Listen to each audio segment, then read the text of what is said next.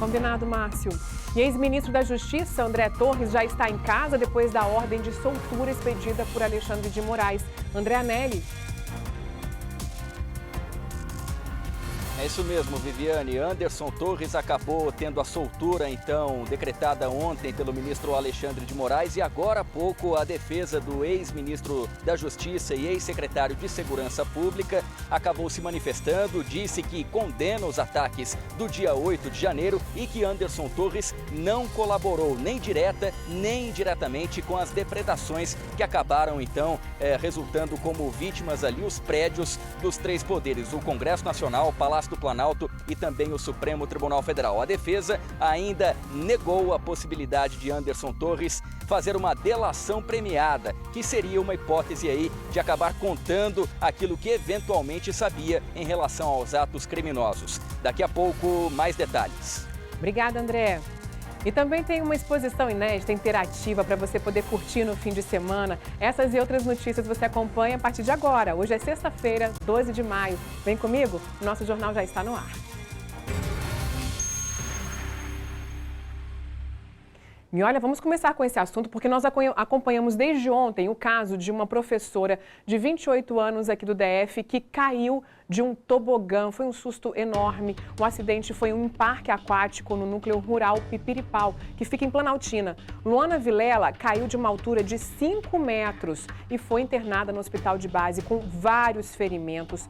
Felizmente, ela teve alta ontem e o Márcio Fontinelli está com a Luana ao vivo para falar mais sobre esse susto todo com a gente. Márcio, só de saber que ela está em casa, a gente já fica mais aliviado, né? Como é que está a situação dela?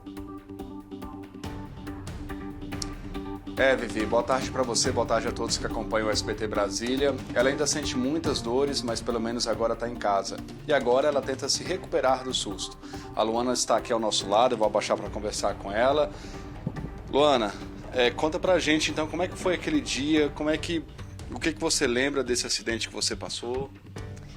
Então, eu fui ao clube para que tivéssemos um momento de diversão, já que estávamos no final de semana, né? Um momento familiar com a minha amiga e os avós dela, em que fiz amizade com uma criança e ela pediu para que eu fosse com ela no toboágua. Quando eu subi, ela foi primeiro, né? Pegou as orientações com o rapaz que ficava lá. Ela foi primeiro e logo em seguida eu peguei as orientações, as mesmas orientações que eu tinha que descer deitada, com as mãos, né, fechadas no ombro. E de acordo com que eu entrei no brinquedo, eu já senti que tinha alguma coisa de errado, como se eu estivesse me desequilibrando na descida. Eu tenho o costume de ir em toboáguas e eu comecei a ficar desesperada quando eu observei que ao fazer a curva, quando eu estava finalizando a curva, eu fui arremessada para fora. Depois disso eu só me recordo levantando no chão, levantando assim, acordando, né, tentando levantar, desesperada. Em que a minha amiga que me socorreu, como eu tive um corte na cabeça, que estava sangrando muito, ela ficou comigo no chão, estancando a ferida. E diante disso eu ouvia vozes de muitas pessoas em volta. E demorou um pouco, chegou o bombeiro, em que ele começou a conversar comigo para ver se eu estava, né, ciente do que estava acontecendo. E após isso, eu lembro de começar a sentir muita dor, que ele começou a me imobilizar, me colocou o colar cervical e a maca. Diante disso, eu só lembro do tremido da van e já fui direto pro hospital, pro hospital de base. Eles estavam esperando para ver se me levariam pro hospital de Planaltina, mas graças a Deus conseguiram vaga direto no hospital de base. Aí me levaram para lá. Talvez pela gravidade, né, dos machucados, eles optaram por te levar para o hospital de base, né? Sim, sim. E diante disso eu me recordo que eu já fui direto para a sala vermelha. Aí todos os cuidados que eles tiveram comigo foi lá nessa sala vermelha. E Luana, quando você foi descer o toboágua, você notou alguma coisa que te chamou a atenção? Alguma coisa que poderia estar talvez irregular ali, ou então alguma questão ali talvez do toboágua? Tem alguma questão estrutural? Você chegou a notar isso ou não? Não. A questão de visual eu não tive em questão de encontrar alguma coisa errada. Eu só verifiquei que tinha alguma coisa de errado quando eu entrei. Infelizmente eu já estava lá dentro e foi muito rápido, ao ponto de que, como eu te disse, eu só recordo depois eu já no chão. E você, na hora que você estava fazendo esse percurso lá, descendo o toboágua, você em algum momento você tirou as mãos, você fez algum movimento? Em todo momento eu permaneci do jeito que ele tinha me instruído, deitada, com as mãos nos ombros. E foi muito rápido. Nossa, chega a ser desesperador quando eu lembro. E você teve alguma assistência do parque aquático naquele primeiro momento? Como é que foi? Não, como eu te disse, no primeiro momento quem me salvou foi minha amiga. Ela fez basicamente aquela primeira acolhida porque eu tava desesperada, né? A gente não imagina que aquilo ali fosse acontecer. E ela ficou a todo momento estancando o meu sangue, né? E tentando me acalmar para que eu não levantasse. Quando apareceram pessoas ao meu redor, eu não lembro quem era quem, mas tinham as vestimentas. Antes que os bombeiros chegassem, eu lembro que tentaram me levantar. E ela desesperou, e ela, não, amiga, você não vai levantar. Não levanta, por favor. A Luana está muito emocionada. Eu vou dar um tempinho para ela se recuperar um pouco. E aproveitando, Vivi, a gente vai conversar mais um pouco com ela. Eu quero convidar a advogada da Luana, que está aqui ao nosso lado, a Ana, que vai conversar com a gente um pouco sobre os procedimentos que a gente vai ter agora, né, Ana? Quais são as medidas que vocês pretendem adotar daqui para frente? Bom, sabemos que a Luana ela é uma usuária, né, consumidora, e sendo consumidora, envolve-se a responsabilidade objetiva, que é independente de culpa. O clube acaba respondendo sobre todos os prejuízos e danos que ela venha a sofrer. Apesar do clube se prontificar somente a ajudar em exames e remédios, a gente sabe que isso não é suficiente, ainda mais que a Luana está afastada do trabalho, né? E a gente ainda não sabe o que está por vir. Querendo ou não, ela ainda está em tratamento. Então, em relação à questão criminal, a Polícia Civil está procedendo com os trâmites necessários, está sendo realizada a perícia, vamos aguardar essa finalização. E em relação à área civil, a gente vai ter que proceder com a ação judicial para poder receber todo esse apoio que ela merece nesse momento. A senhora, como advogada, só para a gente poder reforçar um pouco, qual é o papel, qual é a responsabilidade do parque na questão da segurança com os usuários? Olha, é total responsabilidade por se tratar de um parque em que procede com fornecimento de lazeres a usuários, então ele tem que proceder com total segurança e também ter pessoas qualificadas para poder prestar ali o atendimento necessário no momento, o que não houve em relação à situação do acidente da Luana, né? Então, está sendo verificado em relação ao tobogã se era necessário uma proteção maior na lateral, pela altura que eles se têm, que geralmente tobogãs muito altos, eles têm uma estrutura de proteção maior no início deles, o que não é verificado neste, né? E também está sendo verificado se houve alguma aplicação de produto para poder proceder com o escorregadio mais rápido, que eles geralmente passam em tobogãs, né? Então, toda essa perícia está sendo realizada, mas a responsabilidade do clube é de fornecer total segurança para o usuário, porque eles estão ali para se divertirem, né? Em momentos familiares e amigos. Então, tem que ter essa proteção tanto no próprio brinquedo, que é obrigatório, tem que ter a manutenção. O próprio clube disse que o tobogã havia sido passado por uma reforma, né? Então, se espera que com a reforma tenha se efetivado um teste de segurança.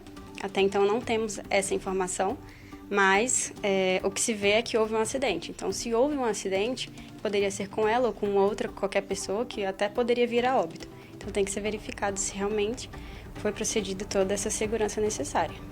O parque afirmou que tentou entrar em contato com a Luana, com a família. A senhora, como advogada deles, tem essa informação? Foi feito esse contato? Eles tentaram contato com a amiga da Luana inicialmente, para saber como ela estava. Nunca entraram em contato com a mãe ou com o pai, de maneira alguma. E diante de toda a situação, eu peguei o telefone deles e entrei em contato para poder ver o que eles poderiam ser feito. Inclusive, pedi um direcionamento dela para um hospital particular, porque até então ela estava com sonda, teve alguns hematomas no fígado, que foi algo bem sério. Mas eles disseram que não poderiam levá-la para o hospital, porque eles tinham muitas dívidas do clube a arcar, que poderiam somente ajudar com exames e remédios. A senhora já tem informações com relação à documentação, se está tudo certo com o parque, se aquele tobogã foi verificado após essa reforma? Não, ainda não possuo essas informações, estamos acompanhando, né? Inclusive, estou em contato com a delegacia e com a própria administração de Planaltina para poder ver essa legalização do próprio clube em relação à sua execução da atividade ali. E também estamos procedendo com acompanhamento para poder verificar se o tobogã de fato foi isolado, porque algumas informações que nós recebemos de usuários que estavam no dia é que ele continuou aberto depois do acidente.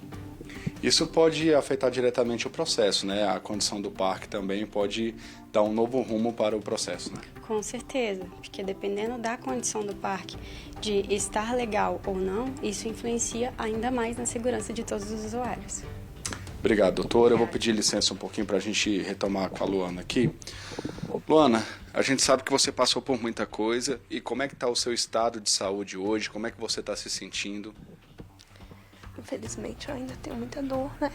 Eu fraturei 4 costelas. Tô com uma luxação na cervical.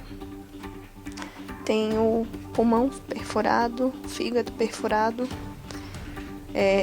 Então, a preocupação dos médicos em que eu ainda não tenho nada imobilizado é porque a necessidade é na questão interna ainda.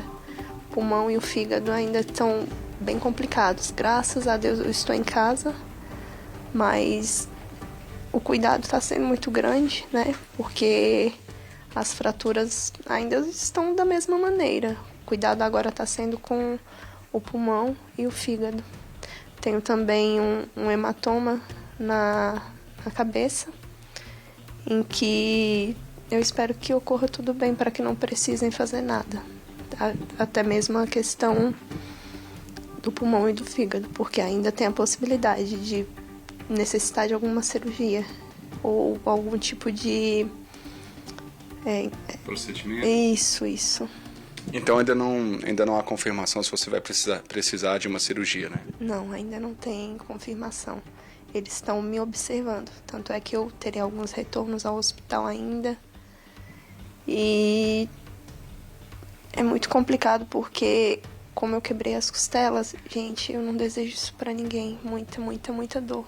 Muita dor mesmo.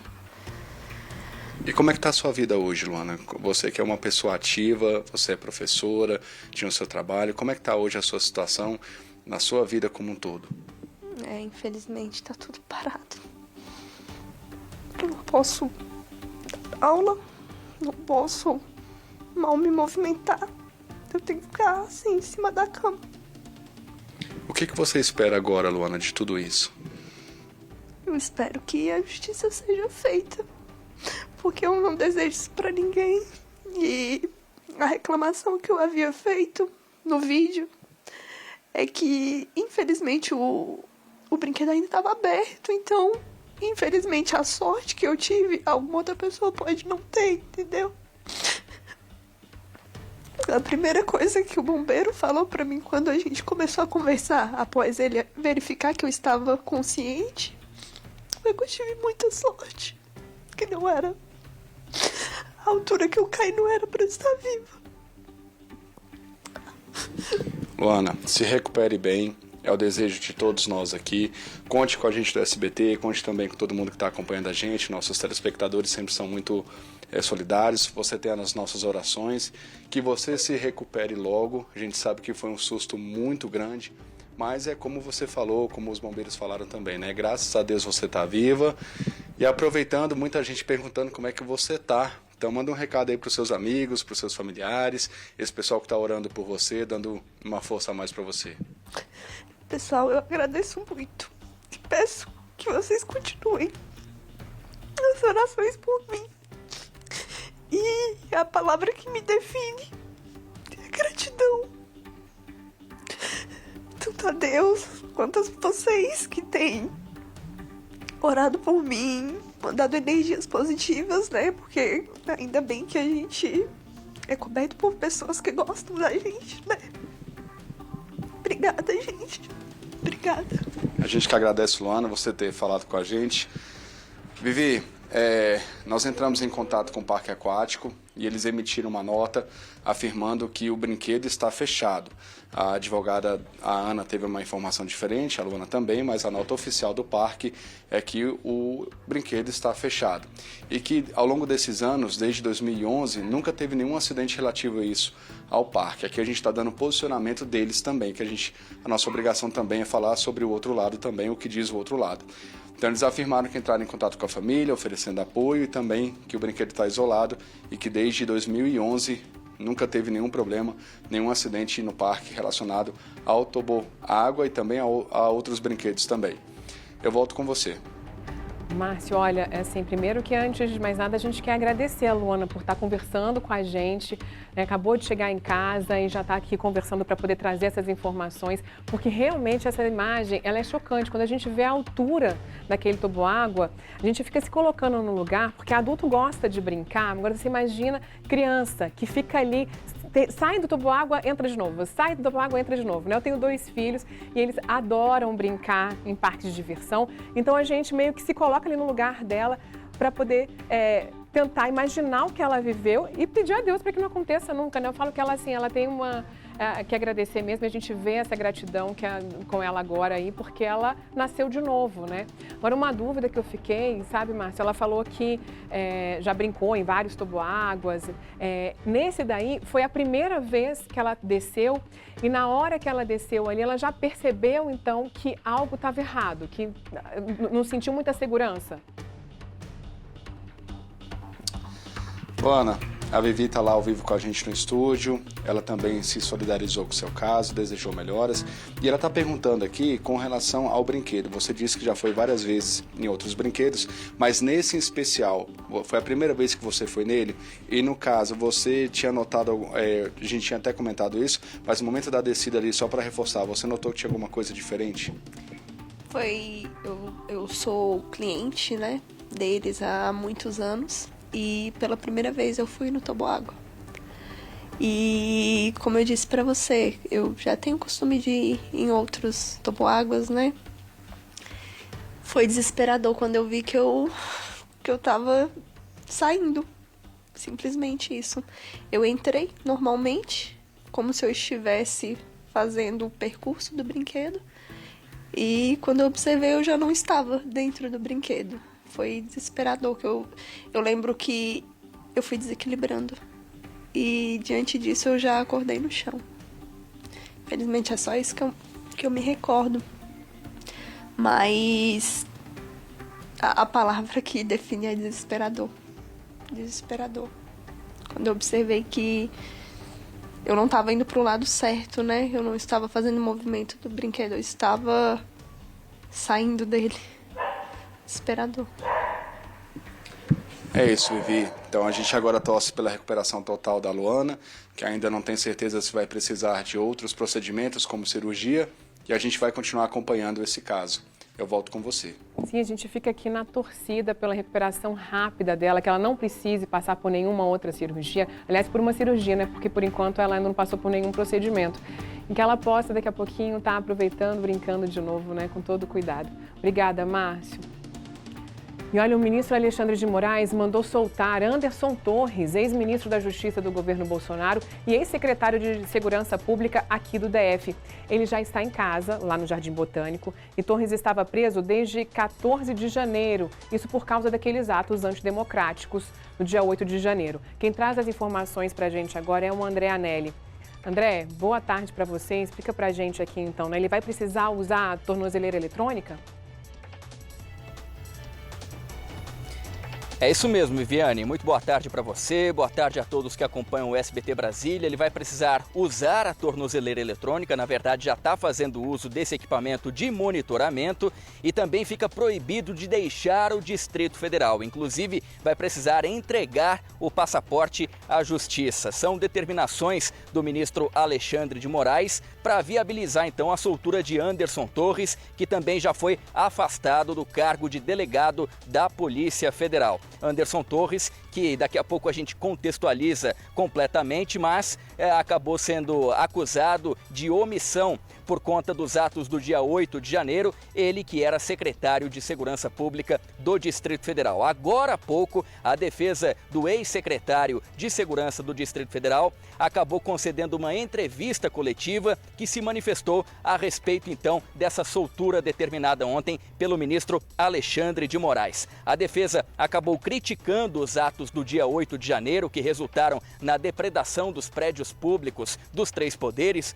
o Congresso Nacional, o Palácio do Planalto e também o Supremo Tribunal Federal, chamou o vandalismo de baderna e também os atos de odiosos. Disse ainda que Anderson Torres não teve participação nessas atitudes consideradas criminosas também pela defesa e que essa participação não teria sido feita nem direta ou indiretamente por meio de uma suposta incitação à violência. Também a defesa negou a possibilidade de delação premiada, que é quando o acusado acaba delatando outros supostos ali envolvidos em algum esquema criminoso. Elmar Novak, que é então um dos advogados da defesa de Anderson Torres, disse que não há a possibilidade dessa participação de delação premiada, de adesão a essa delação premiada por meio de Anderson Torres, e disse ainda que o ex-secretário de Segurança Pública vai colaborar com a Justiça, inclusive fornecendo acesso ao telefone celular. A gente destaca aqui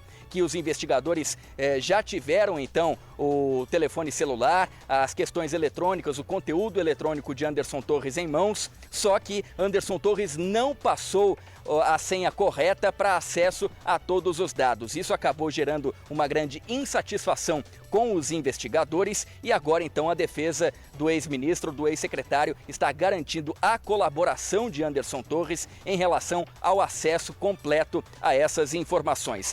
Por último, a defesa acabou destacando também que Anderson Torres continua com acompanhamento psiquiátrico, porque acabou sendo abalado psicologicamente, psiquiatricamente durante esse tempo que esteve preso aqui no Guará, lá na região do Guará, região administrativa aqui do Distrito Federal, no batalhão da Polícia Militar. Ele que ficou mais de 100 dias sem ver a família, inclusive as filhas. Isso acabou, de acordo com a defesa, afetando então a condição psiquiátrica, psicológica dele, e ele continua em acompanhamento para restabelecer então todas as suas condições psicológicas. A gente vai ouvir um trecho nesse momento então do que disse o advogado de defesa Elmar Novak a respeito da soltura e também os próximos passos sobre o caso Anderson Torres. Não existe essa possibilidade de delação. O que o Anderson vai fazer é cooperar para que se esclareça o mais breve possível os fatos que levaram aqueles odiosos atos de 8 de janeiro. Cabe ressaltar aqui que desde o início, quando assumimos a defesa do ex-ministro Anderson Torres, nós adotamos uma postura de cooperação com a Justiça para que os fatos fossem esclarecidos. Isso nós deixamos claro no primeiro momento, em documento enviado tanto para o Ministério Público quanto para o ministro relator do caso. Dentro dessa ideia, nós colocamos à disposição o sigilo bancário, fiscal e telefônico do ex-ministro. Foi onde nós colocamos as senhas também à disposição. E em reuniões com o Ministério Público, nós deixamos claro que o maior interessado em ter um esclarecimento rápido de todas essas questões era do ex-ministro. O que mudou? O ministro Alexandre, ao pedir que o ministro Anderson Torres depusesse no inquérito da PRF, ele deixou claro que ele tinha o direito de ficar em silêncio. Lembrando que naquele inquérito, o ex-ministro Anderson Torres não é investigado e ele não é acusado. Ele abre mão do seu direito constitucional ao silêncio para esclarecer todos os questionamentos. E isso ele fez, esclarecendo todas as perguntas que foram colocadas a ele com a verdade. Desde o primeiro momento, a nossa orientação ao Anderson Torres foi que dissesse a verdade. Isso nós levaremos até o final.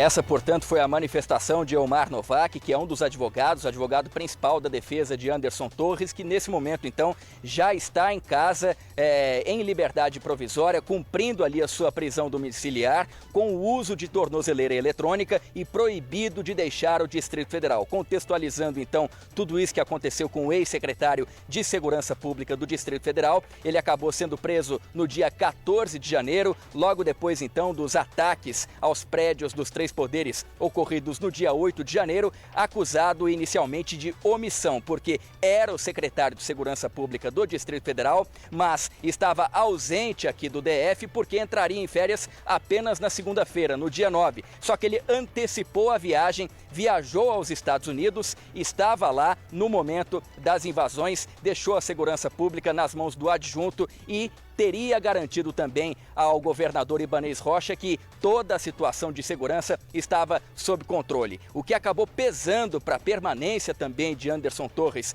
por um momento mais extenso. Ele ficou mais de 100 dias preso no batalhão da Polícia Militar no Guará. Foi o fato de logo depois, então, os investigadores da Polícia Federal terem encontrado um documento, uma minuta golpista que iria estabelecer o chamado estado de defesa, que nem mesmo é previsto. E esse estado de defesa teria como alvo o Tribunal Superior Eleitoral logo após as eleições de outubro do ano passado. O que também agravou a situação de Anderson Torres foi o fato de indícios da Polícia Federal terem mostrado que ele teria interferido diretamente junto à Polícia Rodoviária Federal para impedir ou pelo menos dificultar a chegada de eleitores favoráveis ao então candidato, agora presidente Luiz Inácio Lula da Silva, à presidência da República. Então, esse é todo o contexto de Anderson Torres, que nesse momento está com liberdade provisória, mas ainda assim cumprindo essa prisão ali em casa, uma prisão domiciliar com o uso de tornozeleira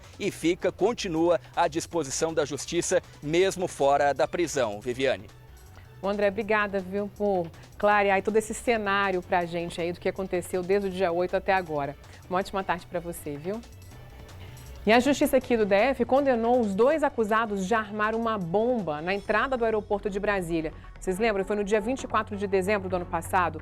Jorge Washington de Oliveira Souza foi condenado a 9 anos e 4 meses de prisão e Alan Diego dos Santos Rodrigues a pena de 5 anos e 4 meses, ambos em regime fechado. Eles responderam ao processo presos e não poderão recorrer em liberdade.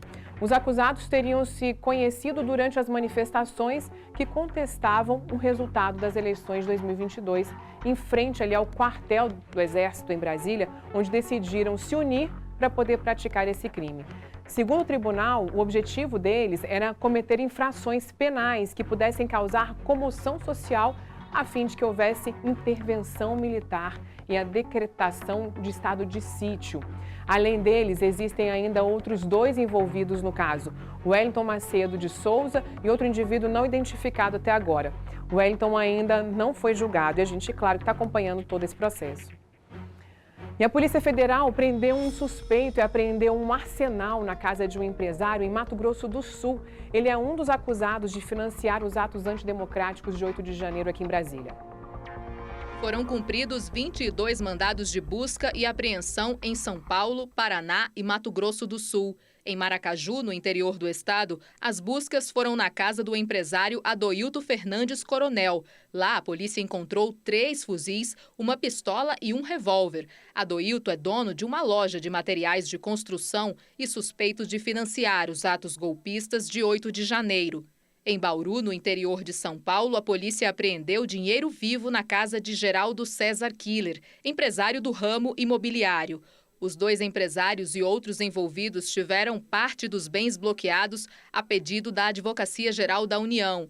O dinheiro será usado no pagamento dos danos ao patrimônio público provocados pelas depredações às sedes dos 3 poderes. No interior do Paraná, empresários do agronegócio também foram alvos de mandados de busca e apreensão em prédios de luxo. Os mandados de busca e apreensão foram expedidos pelo Supremo Tribunal Federal. Os investigados são suspeitos de contribuir com dinheiro para as caravanas de manifestantes que acamparam em Brasília antes das invasões de 8 de janeiro. Até agora, o STF já decidiu pela abertura de ações penais contra 550 pessoas acusadas de participação nos atos antidemocráticos. Segundo a Polícia Federal, os fatos investigados constituem, em tese, os crimes de associação criminosa, abolição violenta do Estado Democrático de Direito, golpe de Estado, dano qualificado, incitação ao crime, destruição e deterioração ou inutilização de bens especialmente protegidos. Bom, procurados pela nossa produção, os empresários citados na reportagem não responderam. Vamos voltar a atualizar o caso da Gabriela Bispo, a mulher de 33 anos que foi morta pelo menos com 26 facadas pelo ex-companheiro e pai do filho dela. Heriton Gomes matou a companheira por não aceitar o fim do relacionamento. Logo depois do crime, ele fugiu com o filho de 3 anos do casal que tem autismo severo. A gente falou aqui sobre a preocupação que estava em relação a isso, né? O Heriton ainda está foragido, mas acabou entregando o filho para o advogado na quarta-feira, né, por meio do Conselho Tutelar. E agora o repórter Maicon Leão vai conversar com a gente para atualizar toda essa história, porque ele está foragido. E Maicon, boa tarde para você. O menino continua ali sob a guarda da família do assassino? Oi, Vivi, boa tarde para você, para todo mundo ligado no SBT Brasília. Sim, depois que o advogado intermediou ali a entrega dessa criança de apenas 3 anos de idade, como você bem disse, tem autismo em grau severo. Essa negociação, essa intermediação aconteceu na quarta-feira. Ontem esse menino já ficou ali sob os cuidados da avó paterna, mas eu entrei em contato, a nossa produção também conversou com a família da Gabriela Bispo, que é de Minas Gerais, e eles querem tomar alguma providência para que eles consigam a guarda da criança. A gente vai trazer os detalhes dessa história ao longo dessa participação, mas o que a gente tem de atual agora é que o corpo da Gabriela já chegou até Minas Gerais, a cidade onde a família inteira dela vivia, inclusive cidade para a qual ela já pretendia voltar, estava se organizando para conseguir se voltar para a cidade, mas infelizmente ela foi morta antes, na última terça-feira, ele bem no finalzinho da manhã, pelo ex-companheiro Heriton Gomes. Eles já estavam separados ali há cerca de 2 meses, justamente, Viviane, por conta do comportamento do Heriton. Segundo esses familiares, ele já teria agredido ela antes e por isso a moça decidiu pôr um fim no relacionamento. Mas naquela terça-feira, o Heriton acabou saindo pela manhã, bebendo em um bar ali próximo à casa. Ao retornar, os vizinhos disseram que escutaram uma discussão, logo depois escutaram os gritos de socorro da Gabriela Bispo, chegaram a ir lá na casa, mas infelizmente quando esses vizinhos mais próximos chegaram, já encontraram a Gabriela ali no chão sem vida. O corpo de bombeiros chegou a ser acionado, a polícia militar. Inclusive a gente tem imagens desse momento em que a polícia militar chega ali na casa para tentar controlar a situação, tentar localizar o autor desse crime, mas ele já teria fugido, inclusive correndo ali, caminhando com o próprio filho de 3 anos de idade e desapareceu. Desde então, juntou-se aquela preocupação acerca do paradeiro da criança, o que poderia ter acontecido com esse menino de apenas 3 anos de idade, visto a gravidade em que a Gabriela foi assassinada ali, com pelo menos 26 facadas. Enquanto ela gritava por socorro, pedia ajuda ali, tudo aconteceu no mesmo imóvel em que esse casal já chegou a morar junto antes da separação, mas ali a Gabriela pôs um fim depois que foi agredida.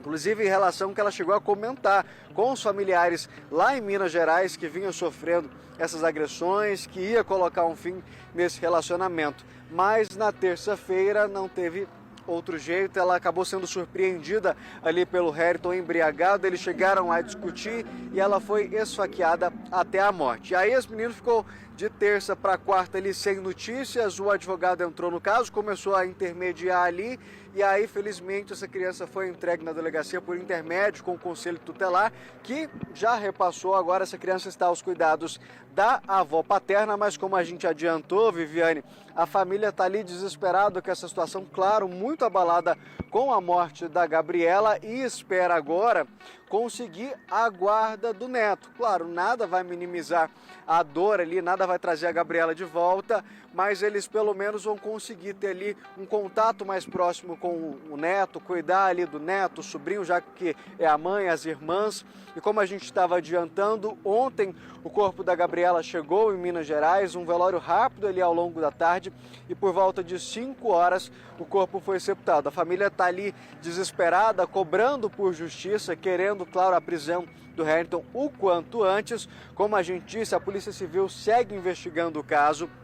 Inclusive, o Harrington já foi indiciado, eles entraram com um pedido de prisão, a Justiça concedeu o mandado de prisão preventivo, e agora, Viviane, gera a expectativa, já que esse advogado apareceu aqui na quarta-feira, conversou com as equipes, promoveu ali, ajudou, colaborou para que houvesse ali a entrega dessa criança para os avós paternos, para que aconteça também a apresentação do Harrington aí, como a gente disse, de 38 anos, que agora ele se encontra naquela condição de foragido da justiça, já que existe contra ele um mandado de prisão. Então, a partir do momento, mesmo que ele se apresente aqui na delegacia ou que os policiais consigam localizá-lo, ele vai ser preso, já que tem aí esse mandado de prisão em aberto contra ele, um mandado de prisão preventivo. Como eu adiantei bem no início da nossa participação, Viviane, eu conversei agora há pouco por telefone com uma irmã da Gabriela. Vamos ouvir o que ela disse. Muito triste, né? Muito abalador, porque ninguém nunca esperava por isso acontecer isso com ela. Ela é uma menina muito trabalhadeira, lutadora, conseguir as coisinhas dela, alegre, animada. Eu só queria viver a vida dela em paz e cuidar do filho dela, né? Como é que era a relação dos dois? Vocês sabiam? Eles estavam separados, os dois. Por conta do comportamento dele, você sabe o motivo? Ele, acho mais ou menos isso, né? Ela não informava muito, mas com certeza era o comportamento dele. E nesse período que você chegou a encontrar com ele, mesmo sendo curto, como é que era o comportamento dele? É estranho mesmo, ele é meio estranho. O comportamento dele. Vocês já estranhavam ali? Já, o jeito dele assim é meio... Mas nunca ela tinha falado pra vocês de algo de violência, de agressão? Já. Ela já tinha falado então? Já. Ele já tinha batido nela antes? Já. Ela chegou a registrar isso na polícia, você sabe? Eu sei não. E como é que vocês ficam em relação a esse fato dele ainda estar foragido, dele ainda não ter sido preso? É muito triste, né? Porque nós queríamos a justiça, que pegasse logo ele pagar pelo que ele fez. Sobre o neném, como é que vocês estão? O que vocês sabem de notícia até agora? Eu sei que o conselho tutelar disse que ele está na casa da avó. Da avó paterna? Da avó paterna, sim. Que tipo de providência vocês pretendem tomar agora? Eu pretendo cuidar dele. Por quanto é tipo de providência eu vou tomar para me cuidar dele. Vocês querem a guarda dele? Quero. Com certeza. Porque com certeza a avó dele, ela se falava que a avó dele nunca teve contato com ele, desde quando nasceu. Não tinha contato nenhum com ele. E aí ela vai ficar muito feliz de saber que, mesmo ela estando no céu, onde ela estiver, ela vai ficar muito feliz de ele estar aqui com nós. A família aí pretendendo, Viviane, mover as situações, entrar com pedido na justiça para que consiga a guarda dessa criança, um menino de 3 anos de idade.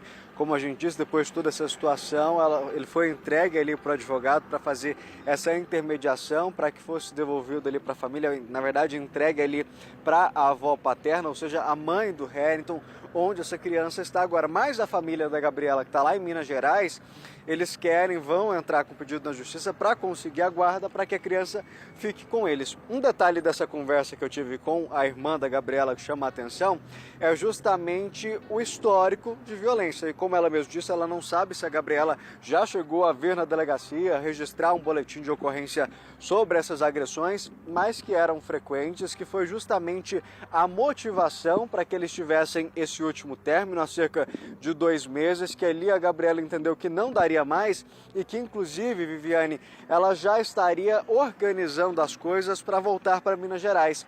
O que a família sabia? Que ela estava pretendendo juntar ali um dinheiro e que essa volta poderia acontecer no mês seguinte, no próximo, que ela estava só tentando juntar um dinheiro para voltar para Minas Gerais, que ela queria se distanciar do Herington ali, justamente porque ele não aceitava o fim do relacionamento, continuava rondando ali a casa em que eles chegaram a morar junto, nesse mesmo imóvel, eles chegaram a conviver os 3 ali nessa casa, mas que a partir do momento que essas agressões elas começaram a ganhar uma certa frequência, a Gabriela decidiu então que não dava para seguir mais, que ele era o fim e que inclusive até continuar aqui em Samambaia, no Distrito Federal, próximo do Herington, não era seguro, que ela não queria continuar aqui, que ela já estava organizando as coisas para, junto com o filho, se mudar para Minas Gerais. A família não sabe se o Herington teria descobrido essa situação, o que teria motivado ali naquele dia, naquela terça-feira, pouco antes da hora do almoço, esse surto ali, se foi movido pela bebida alcoólica, que ele teria passado a manhã bebendo em um bar próximo ali à casa, o que teria motivado. Claro, nada, em hipótese alguma, justifica você matar uma pessoa com cerca de 26 facadas, mas não sabe o que foi o estopim para que ele tomasse essa atitude ali. Vale lembrar que o filho, Viviane, estava ali na casa. A poucos metros do local em que ele assassina a ex-companheira, estava o filho. A gente não sabe em que ponto da casa, se essa criança chegou a assistir essa cena. O que se sabe é que depois de cometer esse assassinato, ele pega o filho e vai embora. Desaparece, fica aquele intervalo de tempo sem notícia, em que todo mundo fica preocupado com o que poderia ter acontecido com essa criança, até que acontece ali aquela intermediação por parte do advogado e a delegacia, o conselho tutelar, para que a criança fosse entregue ali para os avós paternos. Segue a expectativa para que ele ou se apresente ou seja preso a qualquer momento. Os policiais aqui da 32ª Delegacia continuam trabalhando em busca de informações. Inclusive, quem está em casa e tiver qualquer informação do Herington pode entrar em contato com a Polícia Civil pelo 197. A gente sempre reforça que esse número você não precisa se identificar. Você pode colaborar com a polícia ali de forma anônima para colocar esse homem atrás das grades. A Justiça já expediu ali um mandado de prisão preventiva, ou seja, ele já é considerado um foragido da Justiça. E o que chama a atenção nesse caso todo, Viviane, é algo que a gente sempre fala aqui da questão das agressões, que é gradual, começa de pouquinho, vai aumentando e que infelizmente nesse caso a Gabriela já estava se organizando, inclusive, para tentar ficar o máximo distante possível desse criminoso, mas não deu tempo, o que chama a gente um alerta, né? Ou seja, a gente precisa de políticas que conseguem proteger mais essas mulheres, dar um respaldo para que elas denunciem, para que elas consigam viver em segurança longe de homens que não conseguem se conformar com o fim do relacionamento, né? É isso, a gente vem falando justamente que não acontece de uma hora para outra. Você mesma ali na ligação ouviu que ela já vinha sofrendo algumas agressões, ela estava tentando sair dessa história confusa e que acabou aí nessa tragédia, e pegando inclusive um gancho que você falou aí, que a gente também vem discutindo sobre a importância de projetos, de uma legislação que garanta ainda mais a segurança para essas mulheres. A gente vai conversar daqui a pouco também, Maicon, com um deputado que foi autor de um projeto de lei que hoje foi sancionado e que prevê aí multa para esses agressores, e multa alta. Então, daqui a pouquinho a gente vai entender como que isso vai funcionar para que realmente a gente possa mudar esse cenário. Obrigada, viu, Maicon? Um roubo acabou com um veículo capotado depois de uma perseguição na Estrada Parque Aeroporto. Os 2 criminosos que tentaram fugir foram presos depois de capotarem o carro e derrubarem um poste de energia. Nessa madrugada, viu? O veículo foi roubado em Planaltina de Goiás.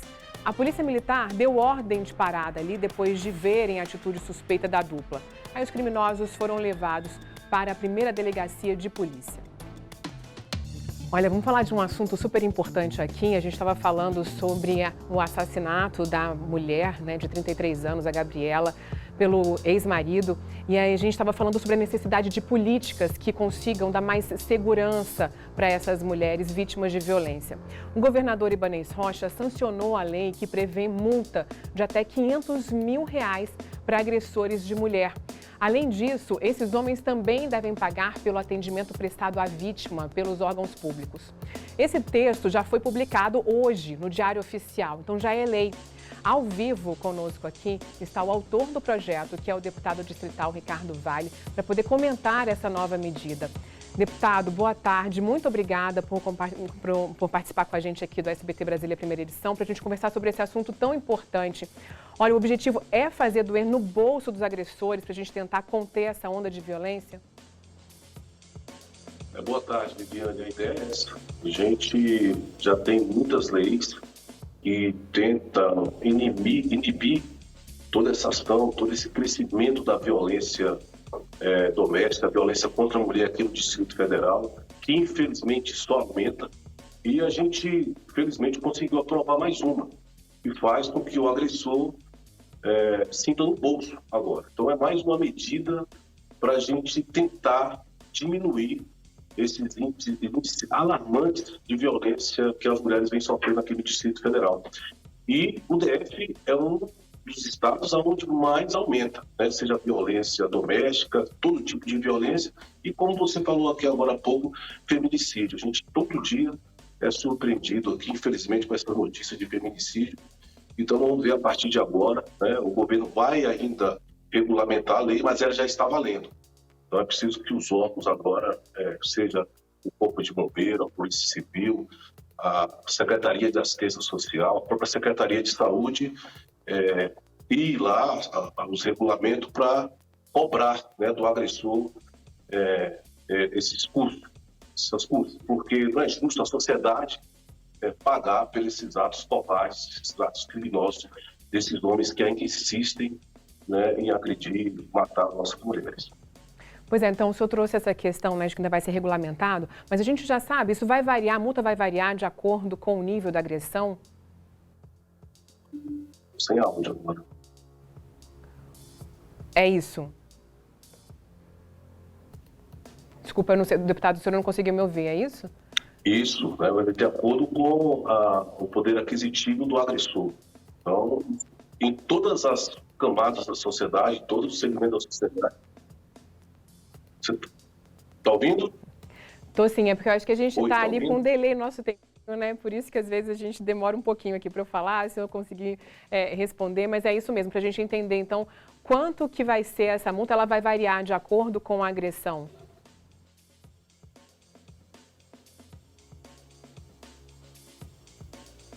Isso.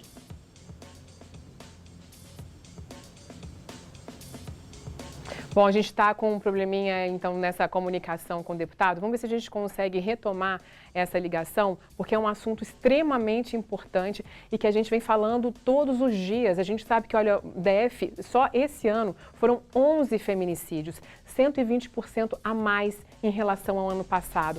O deputado estava falando ali sobre essa questão do DF ter números alarmantes. Para vocês terem uma ideia, o Conselho Nacional de Justiça, ele divulgou um número no ano passado mostrando que o DF tem o maior índice de processos contra violência, de violência contra a mulher, isso em relação a todo o país. Um número é o seguinte: 2.243 processos a cada 100 mil mulheres que moram aqui no DF. Quer dizer, é um assunto que a gente precisa discutir no país inteiro e aqui no DF se vê ainda mais urgente. A gente viu aí essa legislação que já foi sancionada, né, um projeto que foi sancionado, já é lei, vai passar por uma regulamentação, mas que prevê uma multa de até R$500 mil para esse agressor, que vai precisar pagar de alguma forma. E a gente, claro, que vai estar acompanhando todo esse processo e vai tentar retomar também esse contato com o deputado.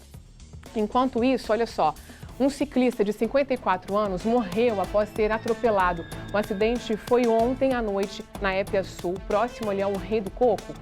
Ranil Rilvo da Silva era policial militar, fazia parte de um grupo de ciclistas e, de acordo com informações da Polícia Civil, ele estava em um passeio com os amigos até que eles fizeram uma pausa ali durante esse passeio, foi na barraca para descansar o que era de costume ali desse grupo. Foi quando o ciclista percebeu que o pneu da bicicleta estava furado, decidiu então consertar ali mesmo, na faixa de aceleração que fica em frente a essa barraca.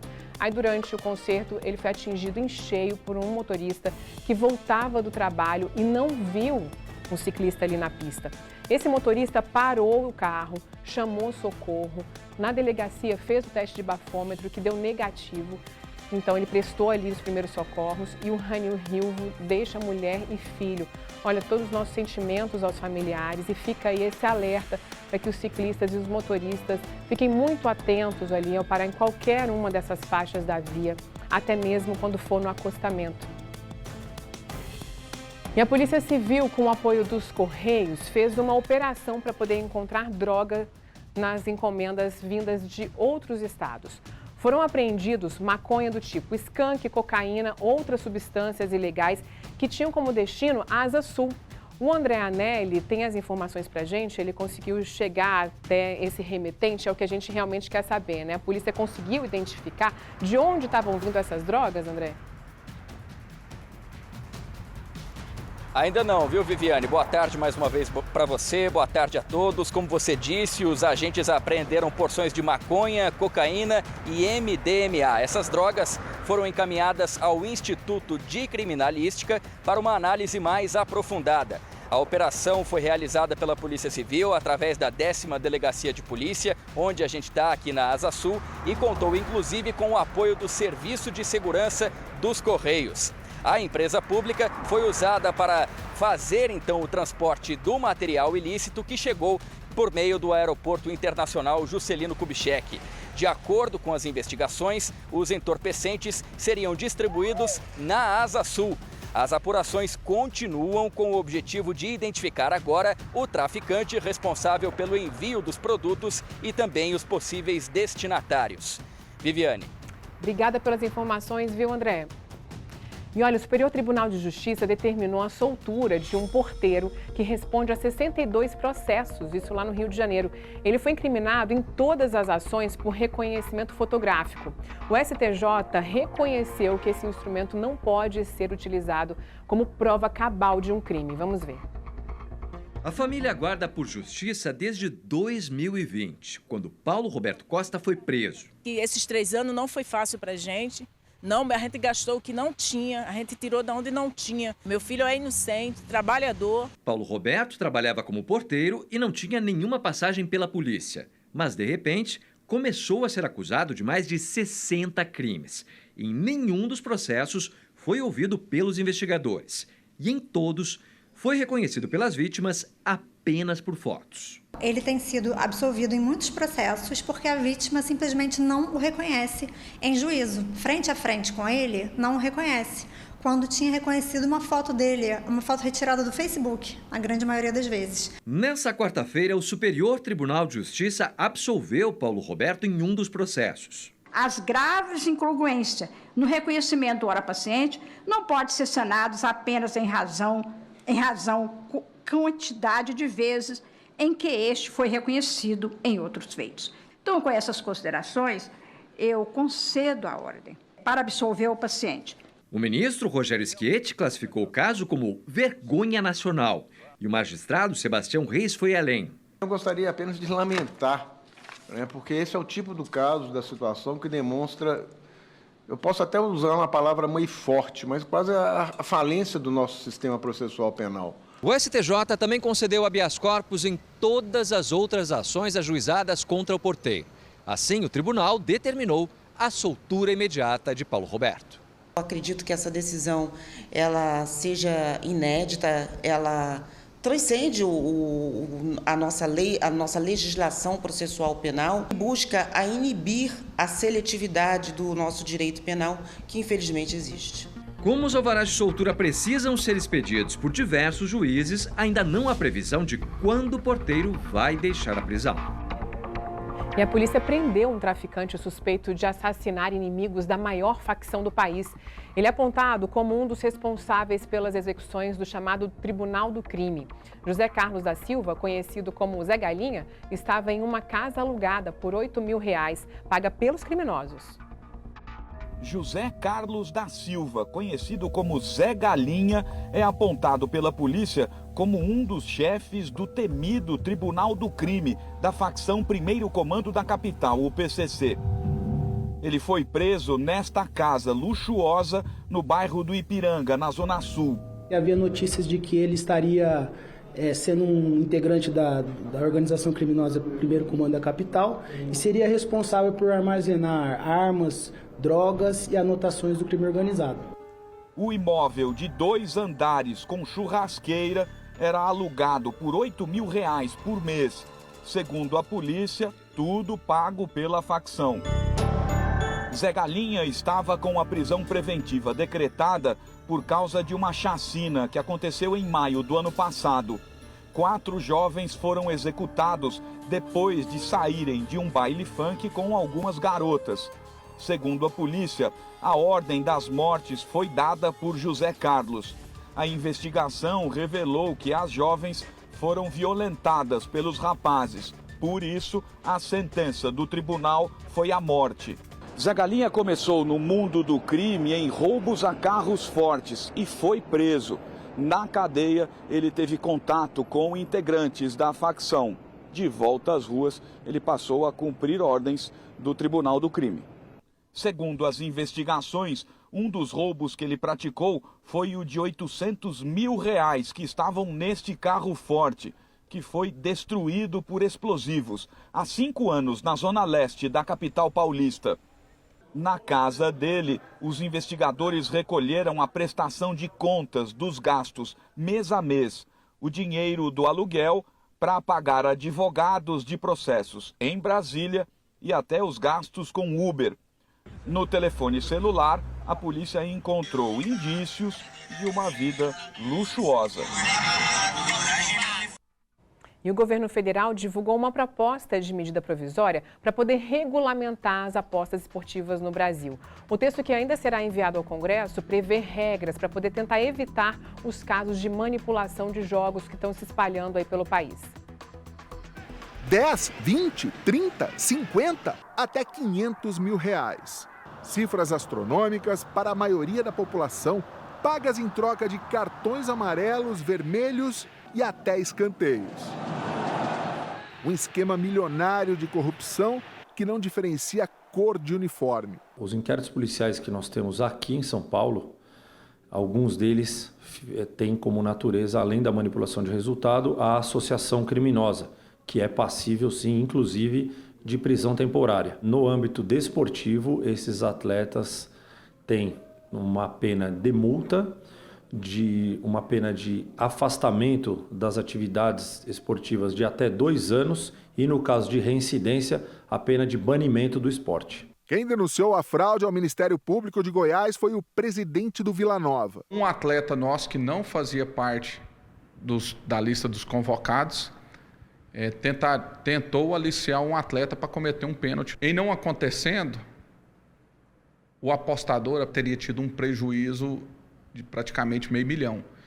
E nisso, diante desse prejuízo, ela passou a cobrar esse atleta e ameaçar. Foi o início da Operação Penalidade Máxima, que em fevereiro investigou manipulação de jogos da Série B do Brasileirão. A segunda fase da operação atingiu também jogadores da elite do futebol brasileiro.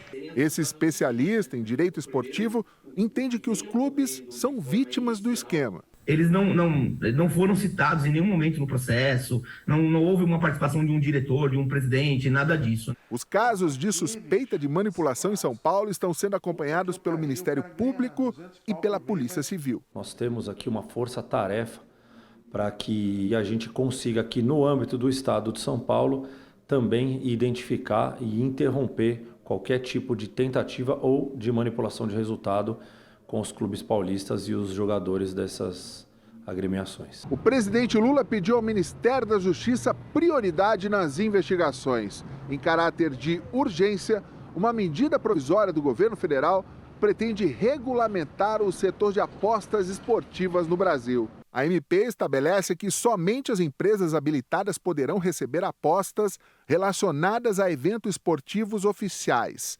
A taxa será de 16% sobre a receita obtida nas apostas. Sobre o prêmio recebido pelo apostador, será tributado 30% de imposto de renda. Além disso, a arrecadação proveniente das taxas e impostos será destinada a áreas sociais e também ao Fundo Nacional de Segurança Pública para ações de combate à manipulação de resultados e à lavagem de dinheiro. Por enquanto, também é uma aposta. E olha, a desigualdade no Brasil chegou ao menor nível dos últimos 10 anos em 2022. Comparado a 2021, o rendimento médio da população cresceu 6,9%.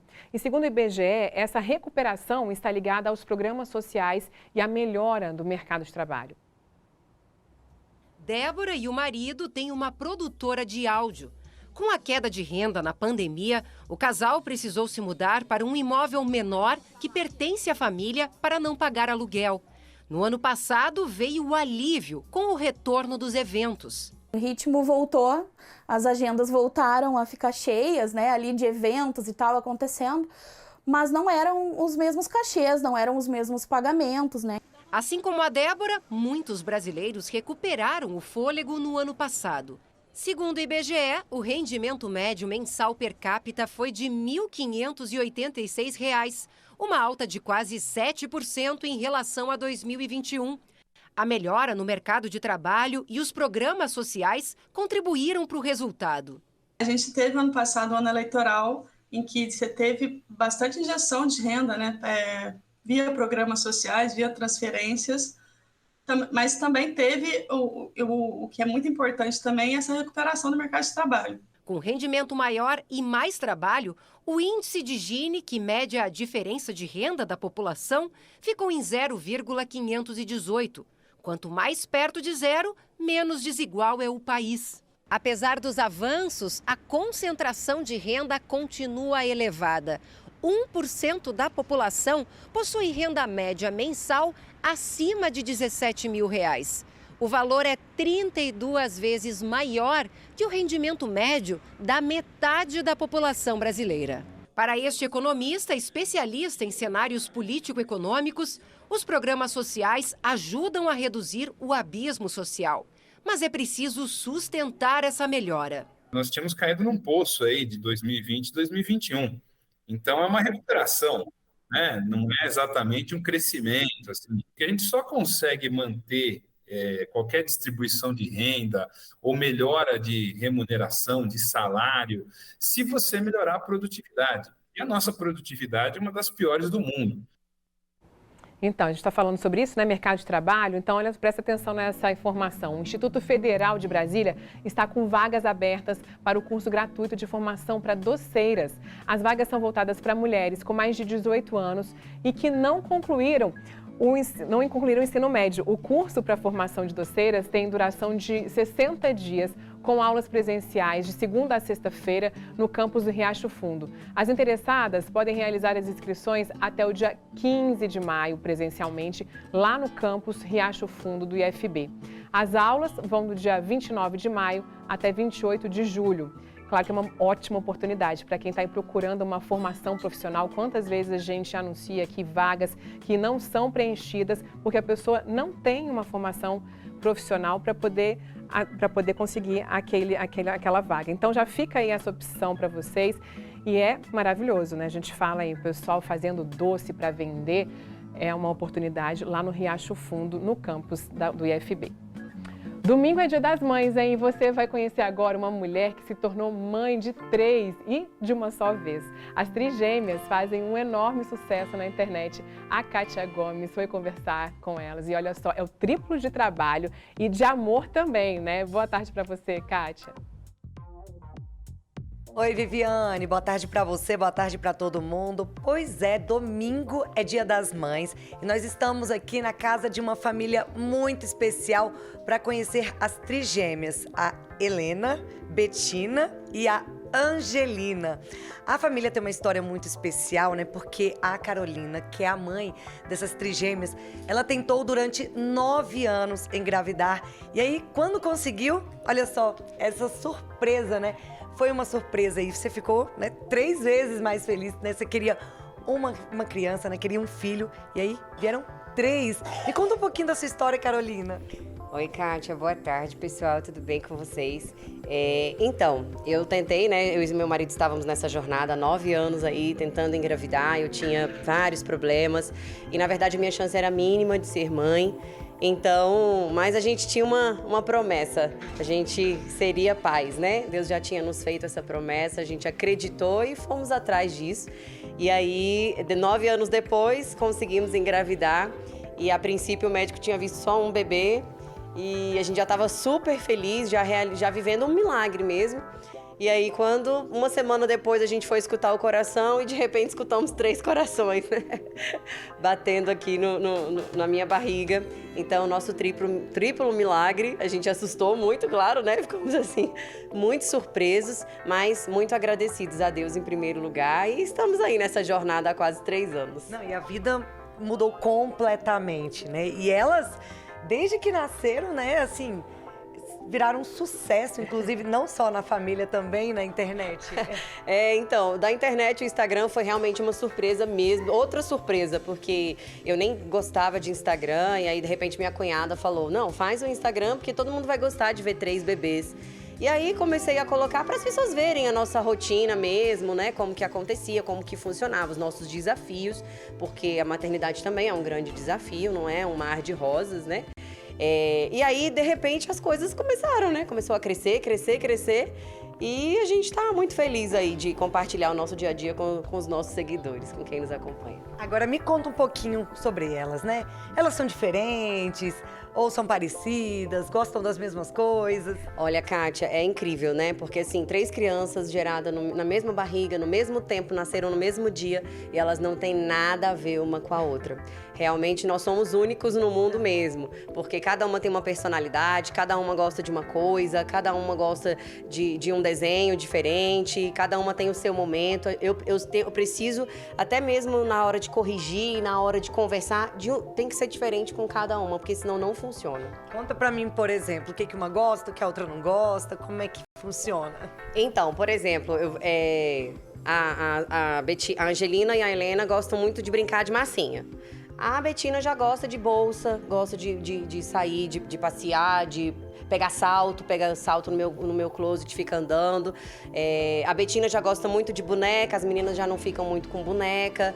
A Angelina gosta muito de pula-pula, muitas vezes ela brinca sozinha. Então, assim, cada uma tem o seu momento ali, né? E fora a personalidade, que também não tem nada a ver. Não, e a gente sabe que mãe, claro, mãe sempre conhece, mas me diz uma coisa, quando elas eram ali bebezinhas, pequenininhas, não confundia, não? Gente, quem é quem? Quem é a Helena? Quem é a Betina? Não dava pra confundir ele, não? Menina, olha, foi um desafio, né? Porque a gente só conhece os filhos quando eles nascem. Então, eu conhecer 3, saber quem era, teve até uma história engraçada, porque quando elas nasceram, elas já tinham nome por ordem de nascimento. Então, eu já sabia quem ia nascer primeiro, segundo, terceiro, porque elas não mexiam mais na minha barriga, né? Em relação a mudar de posição. O médico já havia me avisado. Quando elas nasceram, a Helena ia nascer segunda e ela caiu na barriga atrás da Angelina. Então a Angelina acabou nascendo em segundo. Só que ninguém me passou isso na hora do parto. E quando eu fui conhecer elas na UTI, no outro dia, porque eu tive elas de madrugada, tive hemorragia e não podia levantar. Eu fui conhecer elas no outro dia. Quando eu bati o olho na incubadora, que eu olhei cada uma, eu falei, elas estão trocadas. E a médica falou, não, Carol, não tá não, é a ordem de nascimento que você falou dos nomes. Eu falei, não, elas estão trocadas. Aí ela foi e falou assim, a gente só consegue saber fazendo exame de sangue, você autoriza furar elas? Eu falei, autorizo, porque eu já escolhi o nome delas na barriga, já escolhi tudo. Já orava por cada uma pelos seus nomes e fizeram o exame de sangue de fato, estavam trocadas. A Helena e a Angelina estavam trocadas. E é coisa de mãe, né? A gente não consegue explicar. Me fala uma coisa, né? Elas, a gente sabe, né, que elas estão aí fazendo muito sucesso na internet, quase batendo já 300 mil seguidores. E elas gostam, elas saem, escolhem as próprias roupas, os sapatos. Elas gostam demais, assim, é tudo muito leve, sabe, Kátia? A gente não obriga nada, não impõe nada. É tudo a hora que elas querem, da forma que for mais tranquila pra elas. Mas elas adoram, é incrível porque elas gostam de gravar vídeo, elas gostam de fazer as fotos, tem hora que elas querem se vestir iguais, tem horas que não quer, e a gente respeita mesmo o tempo de cada uma, mas a gente tá amando fazer esse sucesso aí no Instagram. E pra você, então, essa data, né, de domingo, ali, Dia das Mães, é uma data muito especial. Filha, Ó, também tem briga, gente, ó. Essa é a nossa realidade, né? Tem... Oi. Procurar o quê? Ah, gente, vocês sabem que é normal. Pois é, e é um desafio também, né? É um desafio. Vem cá no meu colinho. Heleninha, não empurra a mana, filha. Olha aqui, vamos dividir? Gente, a Carolina realmente tem que, né, se desdobrar em 3 para conseguir cuidar, né, de 3 crianças que têm a mesma idade. Então, dá sempre aquele mesmo trabalho, né? A mesma fase, a mesma coisa. Acontece, todos os irmãos, né? É um desafio mesmo. Tem hora que elas estão brigando, tem hora que tá todo mundo brincando. E a gente vai tentando fazer da melhor maneira possível. Menina, até esqueci o que você me perguntou. É normal. Agora me diz, elas também... Olha só. Olha só, a gente acompanhando aqui, né, gente, a maternidade real mesmo. Porque às vezes as mães... Tem muita coisa que publica na internet, fala, né, que legal, né? Acho mas tudo lindo. Tudo lindo. Na verdade, tem sim um grande desafio. Isso, é um grande desafio. Mas a gente vai conseguindo vencer aí, vai conseguindo levar de uma forma mais leve possível, né? Tá certo, então. Muito obrigada, viu? E parabéns, feliz Dia das Mães para você e para suas pequenas. E é isso, Viviane, a gente fica por aqui, né, com essa história linda, com essas crianças maravilhosas, que inclusive estão fazendo sucesso no Instagram. Então vamos deixar aqui qual que é o Instagram para quem quiser seguir. Para quem quiser acompanhar a gente, é @trigêmeasmocelin. Seguem a gente lá. Não é? Manda beijo, Julina. Beijo, Julina. Isso! Tchau, gente! Olha só, ainda saiu um beijo, ganhamos beijo, é isso mesmo, né? A realidade é assim, a gente vê ali administrando uma briguinha, um chorinho, pega uma no colo e é desse jeito mesmo, né? Ser mãe é assim, a gente acaba ali se virando em 1000, mas é tão gostoso, a gente sabe que tem momentos ali que não são muito fáceis, mas é uma delícia. E outra coisa que eu fiquei impressionada ali, a gente fala que os filhos, né, a gente cria do mesmo jeito, mas cada um tem ali um gênio e age de uma forma, por mais que a gente passe a mesma coisa para cada um. E ali as trigêmeas, ela falando, né, que conhece cada uma, inclusive ali na hora de dar um nome, ela nem estava com elas ali quando elas nasceram, né? Quer dizer, nasceram e aí depois ela teve que se ausentar um pouquinho ali para recuperar e depois ela sabia exatamente quem era quem. É o que a gente fala, coração de mãe, sabe exatamente quem é o filho. Sabe aquela história, né, do bom filho a casa torna? Pois um traficante que estava em liberdade foi preso pela segunda vez em menos de 2 meses pelo mesmo crime, tráfico de drogas. Então, olha só, vamos ver, Márcio, conta pra gente, será que dessa vez ele vai ficar preso, hein? Olha, Vivi, essa é uma pergunta que, honestamente, é difícil de responder. Eu te confesso que eu gostaria de entrar no ar aqui e dizer que esse rapaz aí vai ficar preso por um longo tempo. Talvez até mudar de vida, quem sabe, né? Mas não parece que é o caso. Boa tarde para você, boa tarde a todos que acompanham o SBT Brasília. O que acontece é o seguinte, esse traficante ele foi preso no dia 22 de março, traficando. Foi levado para a delegacia, passou pela audiência de custódia, lá ele foi liberado e recebeu só uma tornozeleira eletrônica. Menos de 2 meses depois, na quarta-feira, ele foi preso de novo em Ceilândia, na QNN 19, também por tráfico de drogas. Estava portando aí 6 papelotes de maconha e mais R$100 em espécie. A gente conversou com o delegado que prendeu esse homem de novo e a gente vai ouvir agora o que ele disse sobre esse caso. Recebemos informação que mesmo utilizando tornozeleira eletrônica, esse indivíduo estaria novamente vendendo drogas no conjunto da QNN 19, local notoriamente conhecido pelo tráfico de drogas. Fomos até o local e realizamos um monitoramento deste investigado, flagrando que o mesmo realmente estava novamente vendendo drogas, sendo possível perceber que ele realizou pelo menos 2 vendas para 2 usuários distintos. Realizamos a abordagem do indivíduo e quando ele percebeu que seria capturado, ele tentou dispensar 2 porções de cocaína que foram apreendidas. No local onde o mesmo estava realizando a venda de entorpecentes, foram localizadas mais 6 porções de maconha, além de R$100 em espécie com o traficante. Ele foi novamente autuado pela prática do crime de tráfico de drogas e encaminhado para a carceragem da Polícia Civil, aonde aguardará audiência de custódia, ficando à disposição do Poder Judiciário. Pois é, Viviane, o rapaz de novo foi solto, né? De novo estava nas ruas praticando aí o tráfico de drogas, né? Um crime que acomete a tantas famílias e traz tantas coisas ruins para as famílias, né? A gente começou essa conversa com você perguntando se ele permaneceria preso. E eu vou deixar essa pergunta no ar. Será que ele vai continuar preso? Eu volto com você. Vamos acompanhar, né, Márcio? Obrigada, viu? E quem quer viver mais e viver bem, hein? Já temos mais um episódio do nosso podcast no ar e desta vez vamos falar sobre os riscos da internet para crianças e adolescentes. Olha, diante dos desafios de limitar o tempo dos filhos nas redes sociais, do conteúdo a que eles têm acesso, nada mais importante do que tirarmos dúvidas com um especialista para nos ajudar. Veja só. Viva mais, viva bem. Quando que é a idade ideal para se dar um celular? A resposta de milhões. O psiquiatra da infância e da adolescência, Thiago Blanco, conversou sobre as principais dúvidas que os pais enfrentam nessa era digital. O que eu sempre aponto como inegociável é que uma criança não deve ter nenhum aparelho que o conteúdo seja inacessível aos pais.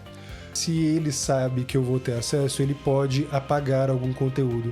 Mas o simples fato de apagar um conteúdo já é uma expressão de que aquilo é alguma coisa que poderia ser condenável. Então já é um processo de reflexão para o próprio adolescente. Falou também sobre o limite do tempo de tela e faz um alerta. Não que eu acho que os pais precisem ficar vigiando ou checando o tempo todo.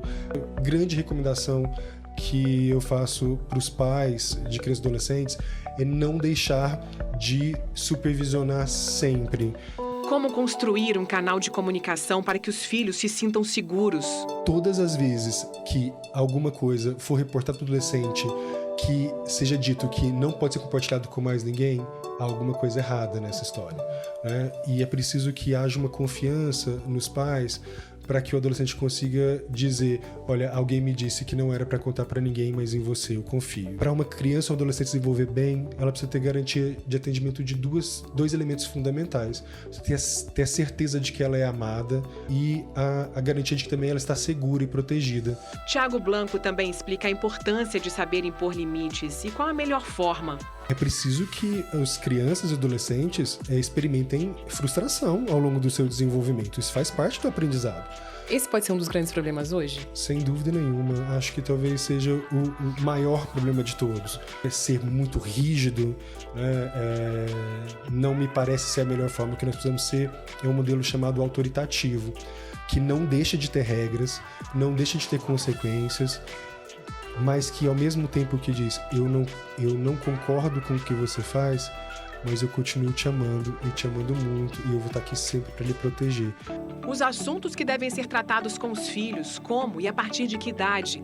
Que alternativas adotar para criar um ambiente saudável e amoroso em casa? Você vai, se você não conseguir, você pode vir que eu vou te ajudar. Eu estou aqui sempre para você. A entrevista completa você assiste nas principais plataformas digitais. Viva Mais, Viva Bem está no Spotify e no canal do YouTube do SBT News. Olha, esses foram só alguns trechos, vale a pena ouvir o podcast. O Dr. Thiago Blanco falou sobre assuntos que podem mudar a forma de se relacionar com os filhos. É a maneira da gente poder se ajudar, né? A criar crianças, adolescentes mais preparados para os desafios da vida, a passarem por essa fase de um jeito mais leve, porque muitas vezes ali é complicado, né? A adolescência, aquela transição. Então entra no nosso canal do YouTube, o SBT News, para poder assistir a entrevista. Ou então é só você apontar a câmera do seu celular aí para o QR Code que está na tela, que você já vai cair direto nesse vídeo e vai poder ouvir o podcast. A nova produção do SBT, A Infância de Romeu e Julieta, reforça ainda mais os laços de família, né? A novela traz aquele quentinho no coração e provoca debate também sobre conflitos, rivalidade, mas também sobre o amor ao próximo. A Infância de Romeu e Julieta. É como numa sessão de cinema. De vez em quando tem até pipoca. Esse momento é sagrado. Enquanto a infância de Romeu e Julieta está no ar, a família fica junta. Pai, mãe, filhos, avó, a cachorrinha. É hora de desfrutar da companhia um do outro. O que reúne realmente a família, na hora que você chega em casa cansado já de trabalhar tudo, é a alegria, né? E o momento de você estar com seus filhos, cantar, né, Rafa? A Rafa adora cantar. Então, eu acho que vai ser ótimo. Cada capítulo dá direito a vários comentários. Não tem namoro. Agora tem. Esse romance acaba hoje. Eles brigaram, não? Engraçado que é todo mundo novo, né? Mas como eles ficam perfeitos. Rafaela e Rodrigo são fãs das novelas do SBT desde quando eram muito pequenos. A menina guarda até hoje um monte de lembranças. Ela, desde pequena, na época de Chiquititas, e quer revista, quer boneca, quer tudo. E isso é legal também, né? Porque a gente acaba interagindo também, fica bem bacana, fica bem gostoso e é bem sadio, né? O mais bacana é que todas as gerações participam. É a melhor coisa do mundo. Ontem eu estava aqui, eu estava realizada com os meus netos. Aqui meu genro também. É um momento íntimo, né, da gente. Muito bom. Eu tô achando bem legal. Que a gente tá assistindo todos juntos e tá muito legal. Para que as famílias possam curtir cada capítulo em casa, uma outra família trabalha duro para colocar a novela no ar. Os temas são muito bem pensados para despertar o interesse de todos, independentemente da idade. Adulto, criança, adolescente, todo mundo acaba embarcando na história. A fórmula para isso acontecer é o diretor da novela que conta. A gente trabalha com uma receita do gênero da novela, que é aventura, humor, intriga, suspense, drama, com aquele temperinho de amor que todo mundo gosta. E aí a gente consegue impactar o nosso público em casa. Tem muita concentração e muita diversão também. Nos estúdios e em casa. É muita sintonia. A infância de Romeu e Julieta.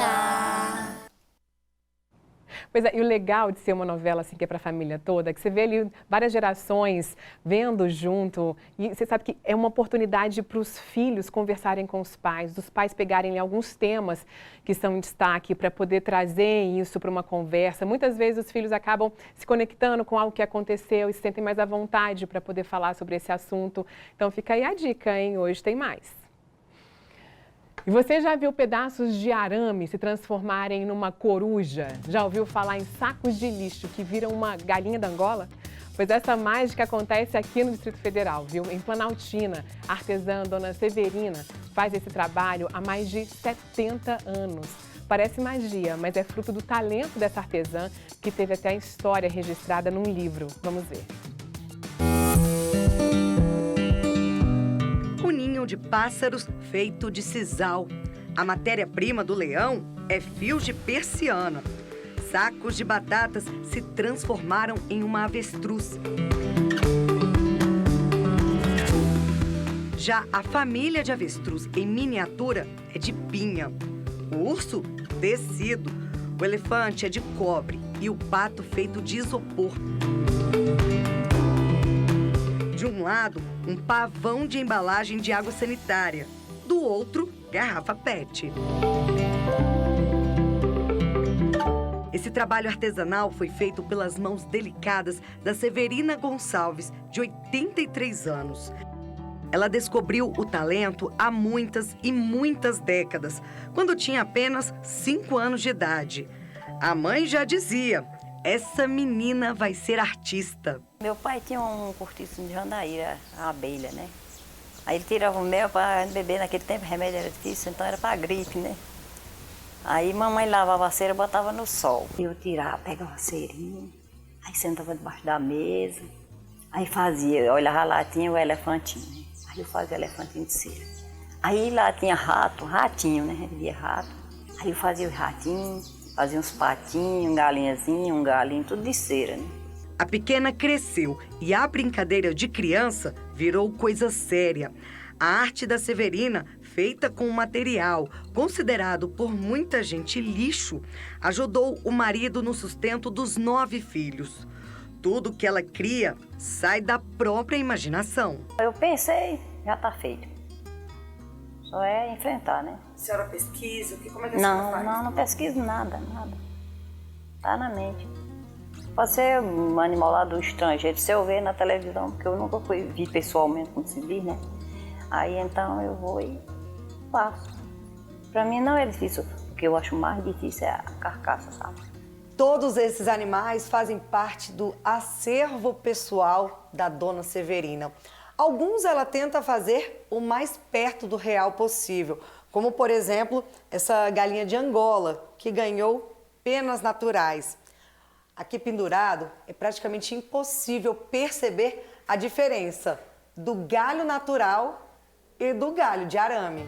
O trabalho de uma vida inteira foi eternizado no livro Severina dos Bichos, Arte em Feitio de Alerta, pensado e idealizado pela professora de português e escritora Ana Mago, filha da Severina.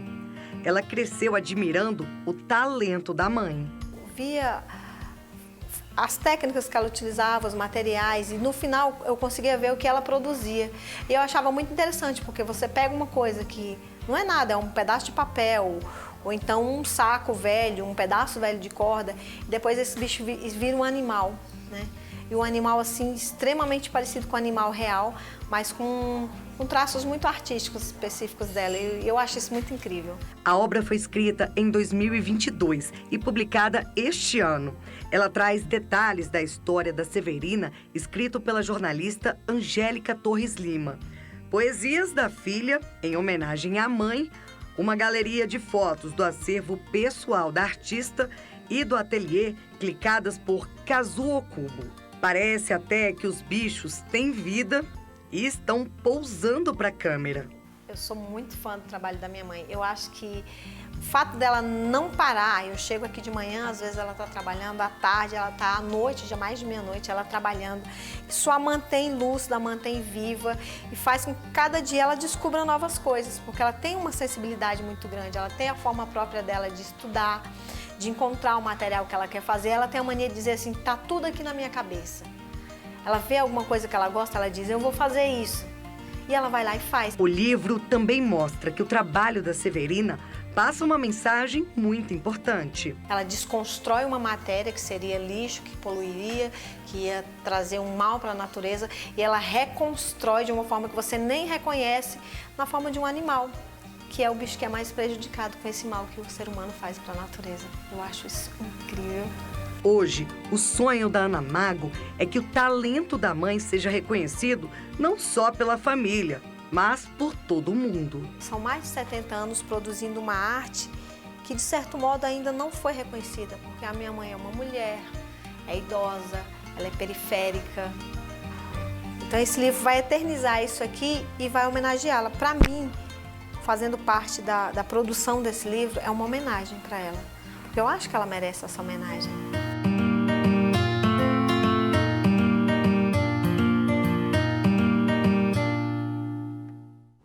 Que lindo esse trabalho, que legal ver a admiração da filha pela mãe, né, pela Dona Severina, e podendo eternizar isso daí, como ela mesma falou, uma linda homenagem, um presentão para o Dia das Mães, né? E quero uma opção cultural para o fim de semana, que é a cara de Brasília. Estreia hoje a exposição inédita Oscar Niemeyer, Linhas e Luzes.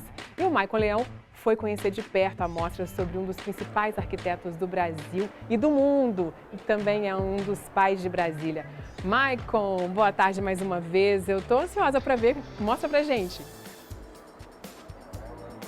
Mostra tudinho, viu, Viviane? Ele é o responsável por esses belos prédios que a gente fica encantado andando por Brasília, observando os prédios com curvas. E para começar, a gente já se depara com essa primeira estação aqui, em que a gente consegue ver uma das suas principais obras. Aqui, para começar, a Pampulha, em Minas Gerais.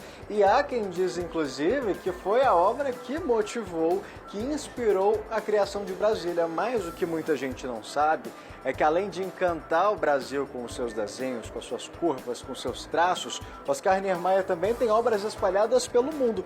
Essa aqui, por exemplo, que a gente tem aqui embaixo, é o prédio da ONU nos Estados Unidos, e andando ao longo da exposição a gente vai mostrar mais para você. Como você bem disse, o nome dessa exposição tem luz, e olha que bela exposição que a gente tem aqui, que bela imagem da nossa Catedral de Brasília, representada aí os traços justamente pelas luzes. Desse lado de cá, Viviane, a gente não vai conseguir mostrar a luz, mas tem os traços, porque o sol acendeu bem na hora, mas também está bem desenhadinho com as luzes. Aqui mais atrás também, esses riscos aqui, todo mundo já conhece esses desenhos, é justamente o nosso Congresso Nacional, também desenhado por Oscar Niemeyer, tudo representado aqui, até uma forma de presentear Brasília em comemoração ao aniversário que já passou, mas a gente segue comemorando. E um detalhe interessante, Viviane, para a gente destacar, é que essa exposição, ela também é interativa, ou seja, a gente vai entrando, se surpreende com as luzes, com os desenhos,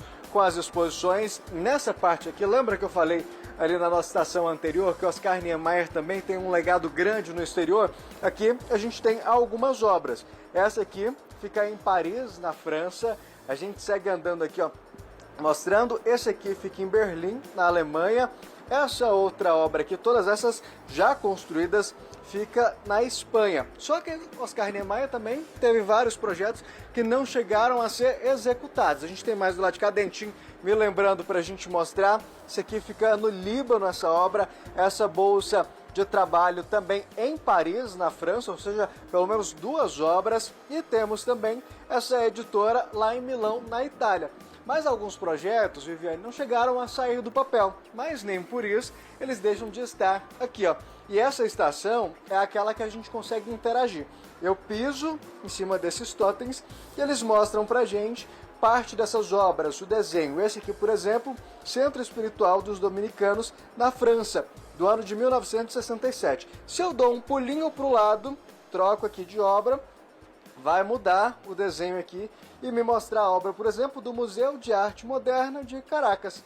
E aí a gente vai andando, vai conhecendo um pouco da história, aqui explica como Oscar Niemeyer começou e até mesmo o lado que ele tinha muito humano dessas obras, para que as pessoas possam aprender. E aqui, ó, vários outros pontos que a gente fala de interação. Olha aqui, ó, a mesa que vai atraindo a gente com luzes e projeções, ou seja, um programaço para o fim de semana, para você vir com a família inteira, vir interagindo.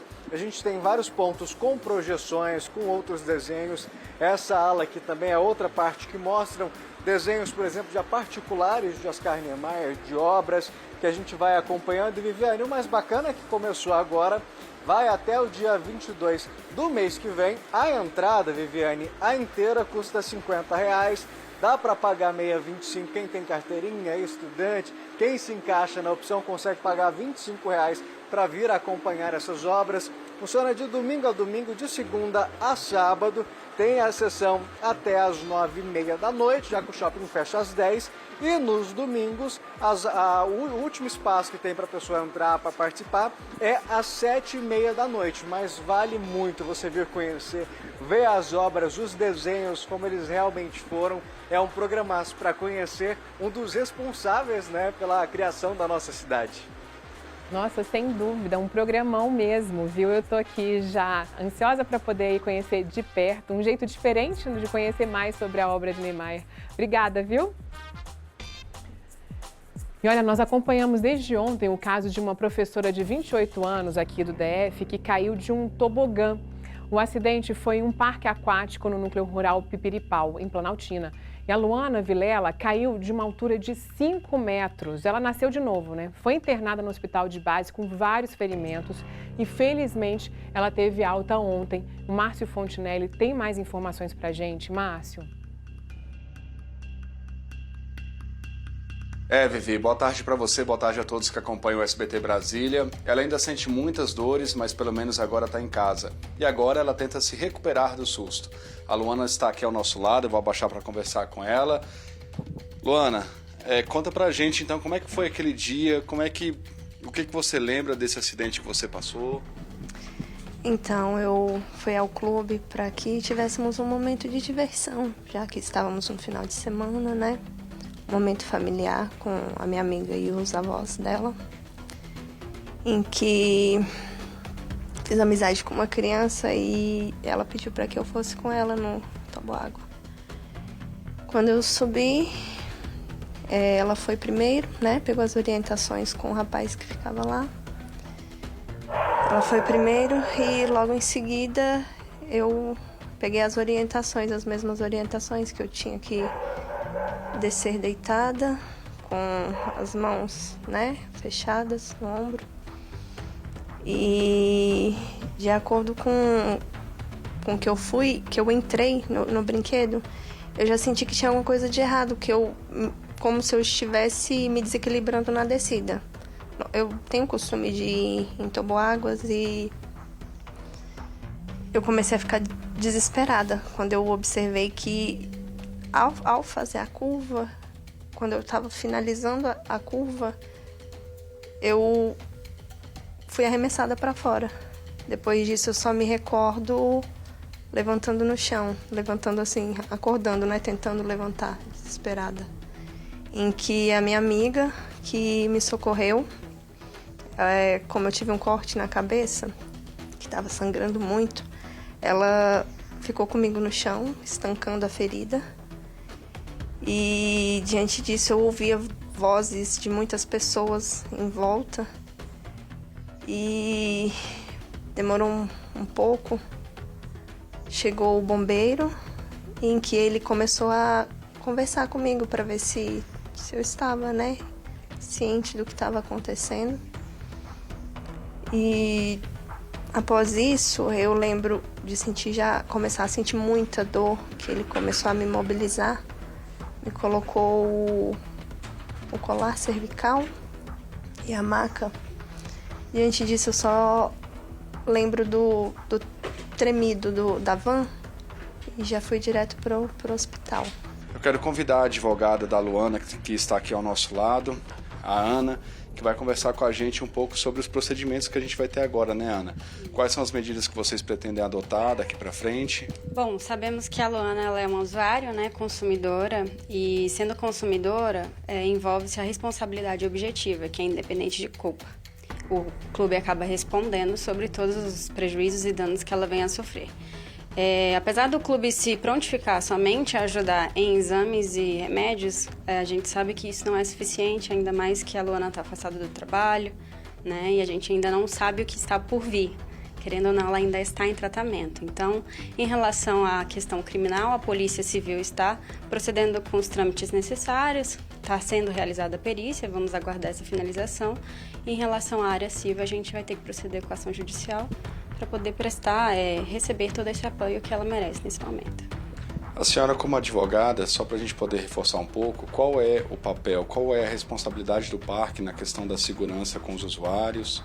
Olha, é total responsabilidade por se tratar de um parque em que procede com fornecimento de lazeres a usuários, então ele tem que proceder com total segurança e também ter pessoas qualificadas para poder prestar ali o atendimento necessário no momento, o que não houve em relação à situação do acidente da Luana, né?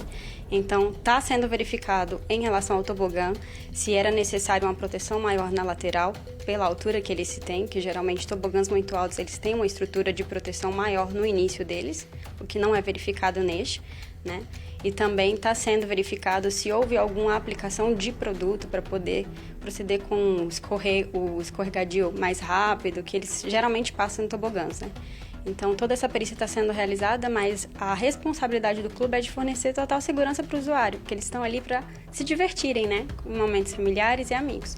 Então, tem que ter essa proteção tanto no próprio brinquedo, que é obrigatório, tem que ter a manutenção. O próprio clube disse que o tobogã havia sido passado por uma reforma, né? Então, se espera que com a reforma tenha se efetivado um teste de segurança.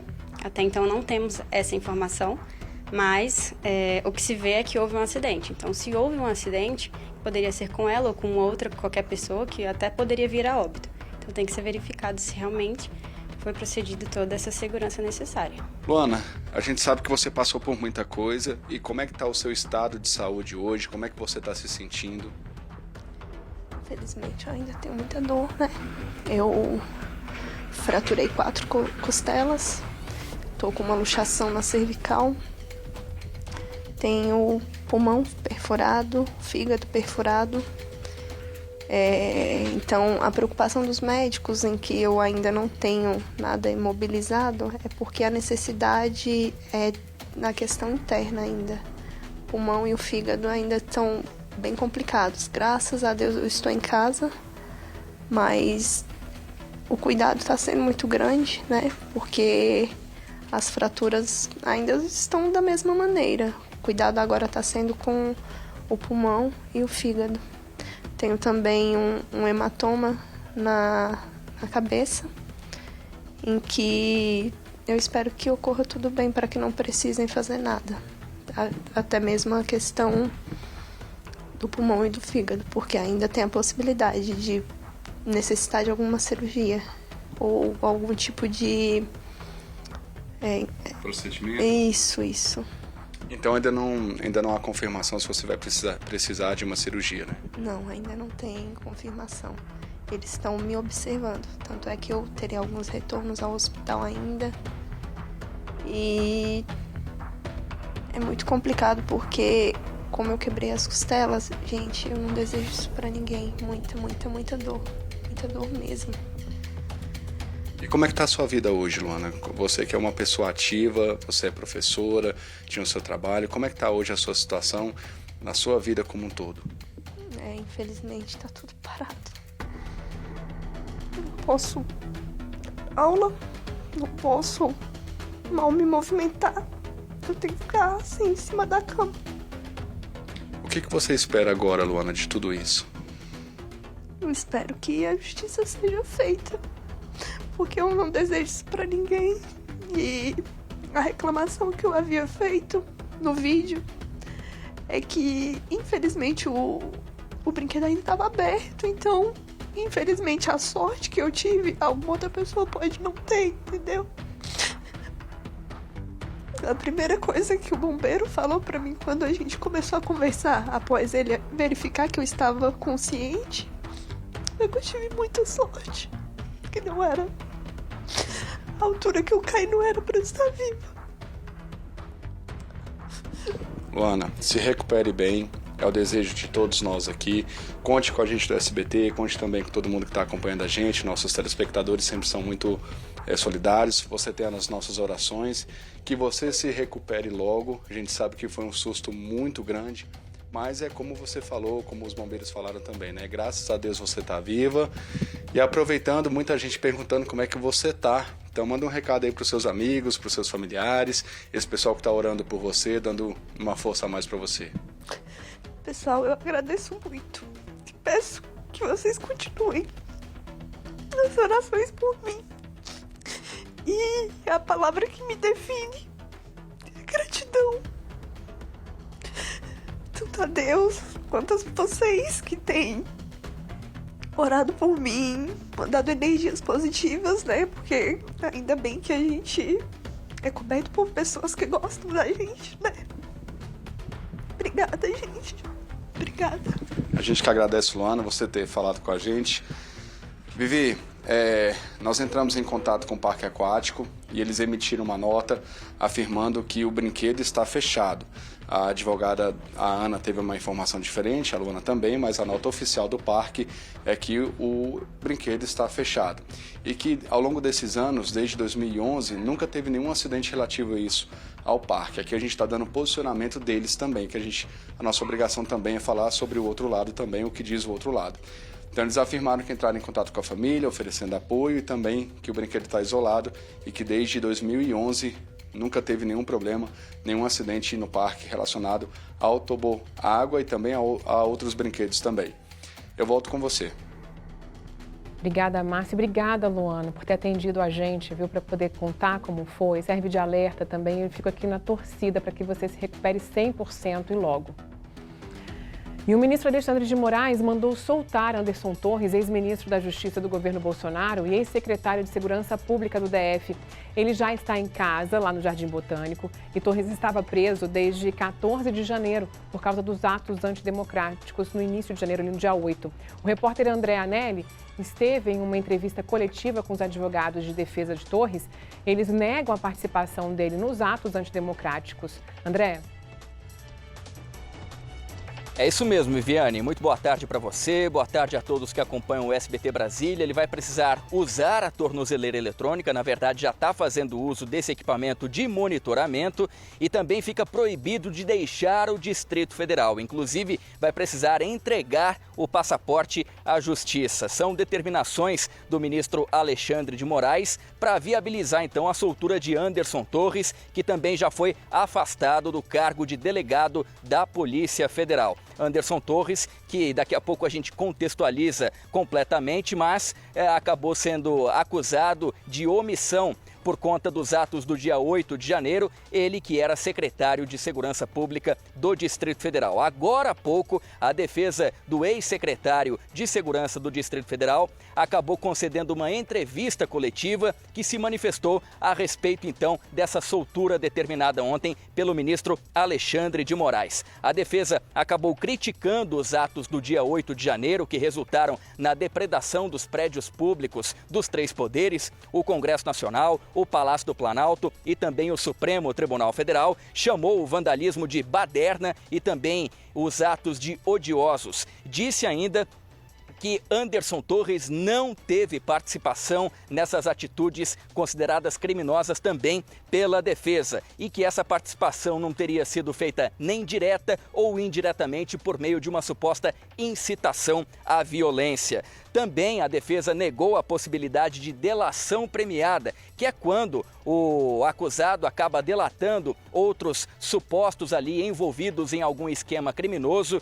Elmar Novak, que é então um dos advogados da defesa de Anderson Torres, disse que não há a possibilidade dessa participação de delação premiada, de adesão a essa delação premiada por meio de Anderson Torres, e disse ainda que o ex-secretário de Segurança Pública vai colaborar com a Justiça, inclusive fornecendo acesso ao telefone celular. A gente destaca aqui que os investigadores já tiveram, então, o telefone celular, as questões eletrônicas, o conteúdo eletrônico de Anderson Torres em mãos, só que Anderson Torres não passou a senha correta para acesso a todos os dados. Isso acabou gerando uma grande insatisfação com os investigadores e agora então a defesa do ex-ministro, do ex-secretário, está garantindo a colaboração de Anderson Torres em relação ao acesso completo a essas informações. Por último, a defesa acabou destacando também que Anderson Torres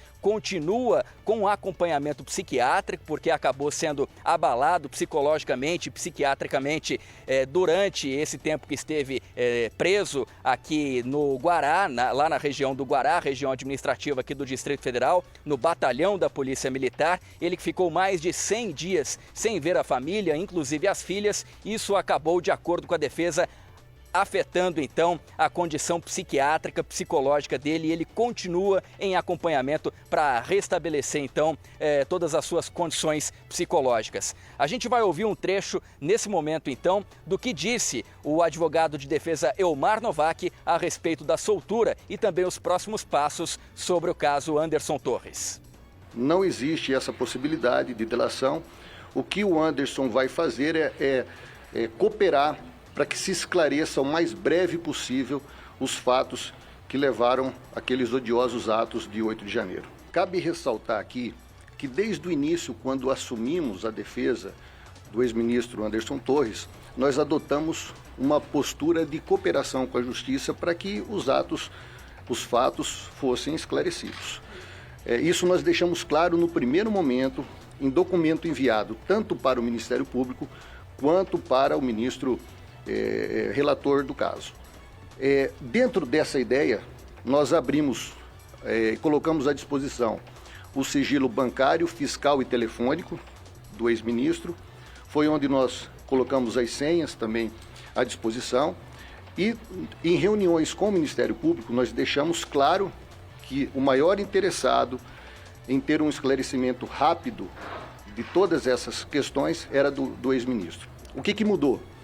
O ministro Alexandre, ao pedir que o ministro Anderson Torres depusesse no inquérito da PRF, ele deixou claro que ele tinha o direito de ficar em silêncio. Lembrando que naquele inquérito, o ex-ministro Anderson Torres não é investigado e ele não é acusado. Ele abre mão do seu direito constitucional ao silêncio para esclarecer todos os questionamentos. E isso ele fez, esclarecendo todas as perguntas que foram colocadas a ele com a verdade. Desde o primeiro momento, a nossa orientação ao Anderson Torres foi que dissesse a verdade. Isso nós levaremos até o final.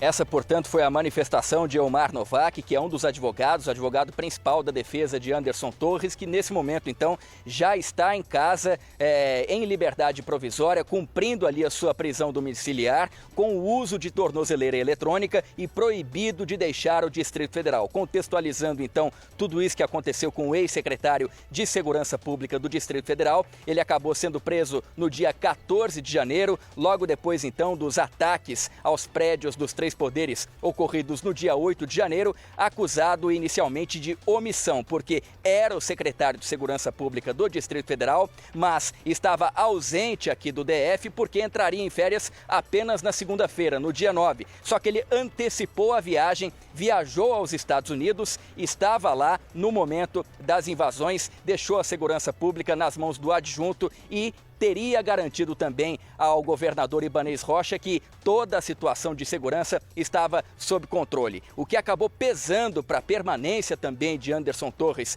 por um momento mais extenso, ele ficou mais de 100 dias preso no batalhão da Polícia Militar no Guará, foi o fato de logo depois então os investigadores da Polícia Federal terem encontrado um documento, uma minuta golpista que iria estabelecer o chamado estado de defesa, que nem mesmo é previsto. E esse estado de defesa teria como alvo o Tribunal Superior Eleitoral logo após as eleições de outubro do ano passado. O que também agravou a situação de Anderson Torres foi o fato de indícios da Polícia Federal terem mostrado que ele teria interferido diretamente junto à Polícia Rodoviária Federal para impedir ou pelo menos dificultar a chegada de eleitores favoráveis ao então candidato, agora presidente Luiz Inácio Lula da Silva, à presidência da República. Então, esse é todo o contexto de Anderson Torres, que nesse momento está com liberdade provisória, mas ainda assim cumprindo essa prisão ali em casa, uma prisão domiciliar com o uso de tornozeleira e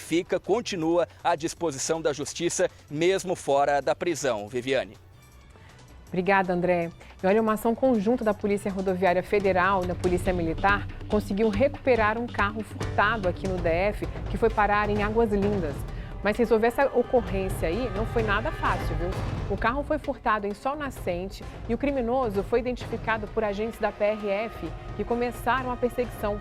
Com a ajuda do helicóptero e várias viaturas, a Força Policial teve que percorrer a BR-070 até o setor América 3, em Águas Lindas. Quando o autor do furto fugiu para uma região de mata na tentativa de se esconder, ele não conseguiu, foi preso pelos agentes, a gente vendo aí agora nessa perseguição aí também pelo helicóptero, e aí eles conseguiram resolver então e prender esse aí.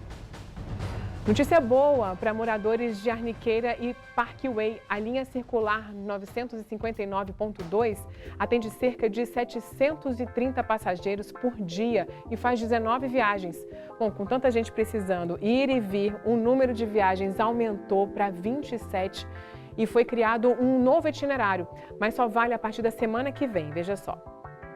Dia de segunda-feira, dia 15, durante a semana, a linha 959.2 Arniqueiras Parkway vai rodar mais vezes, ou seja, o número de viagens sobe de 19 para 27, uma demanda antiga dos moradores. Essa linha 959.2, que já se estende a atender esta população desse aumento do itinerário, que ela também se conecte com Águas Claras pelo menos até a estação do metrô Arniqueira, para facilitar essa integração Além da ampliação nas viagens durante a semana, a linha 959.2, que hoje funciona de segunda a sexta-feira, a partir da próxima segunda vai atender os passageiros também ao sábado, com 18 viagens. Outra novidade na linha vai ser a alteração do itinerário, que passa a circular pela Estrada Parque Vicente Pires para atender também as quadras 1 e 5 do Parkway. É a grande necessidade da comunidade, que isso vai muito bom, tanto para os empresários, porque também diminui custos, quanto do emprego e que gera a economia da nossa cidade.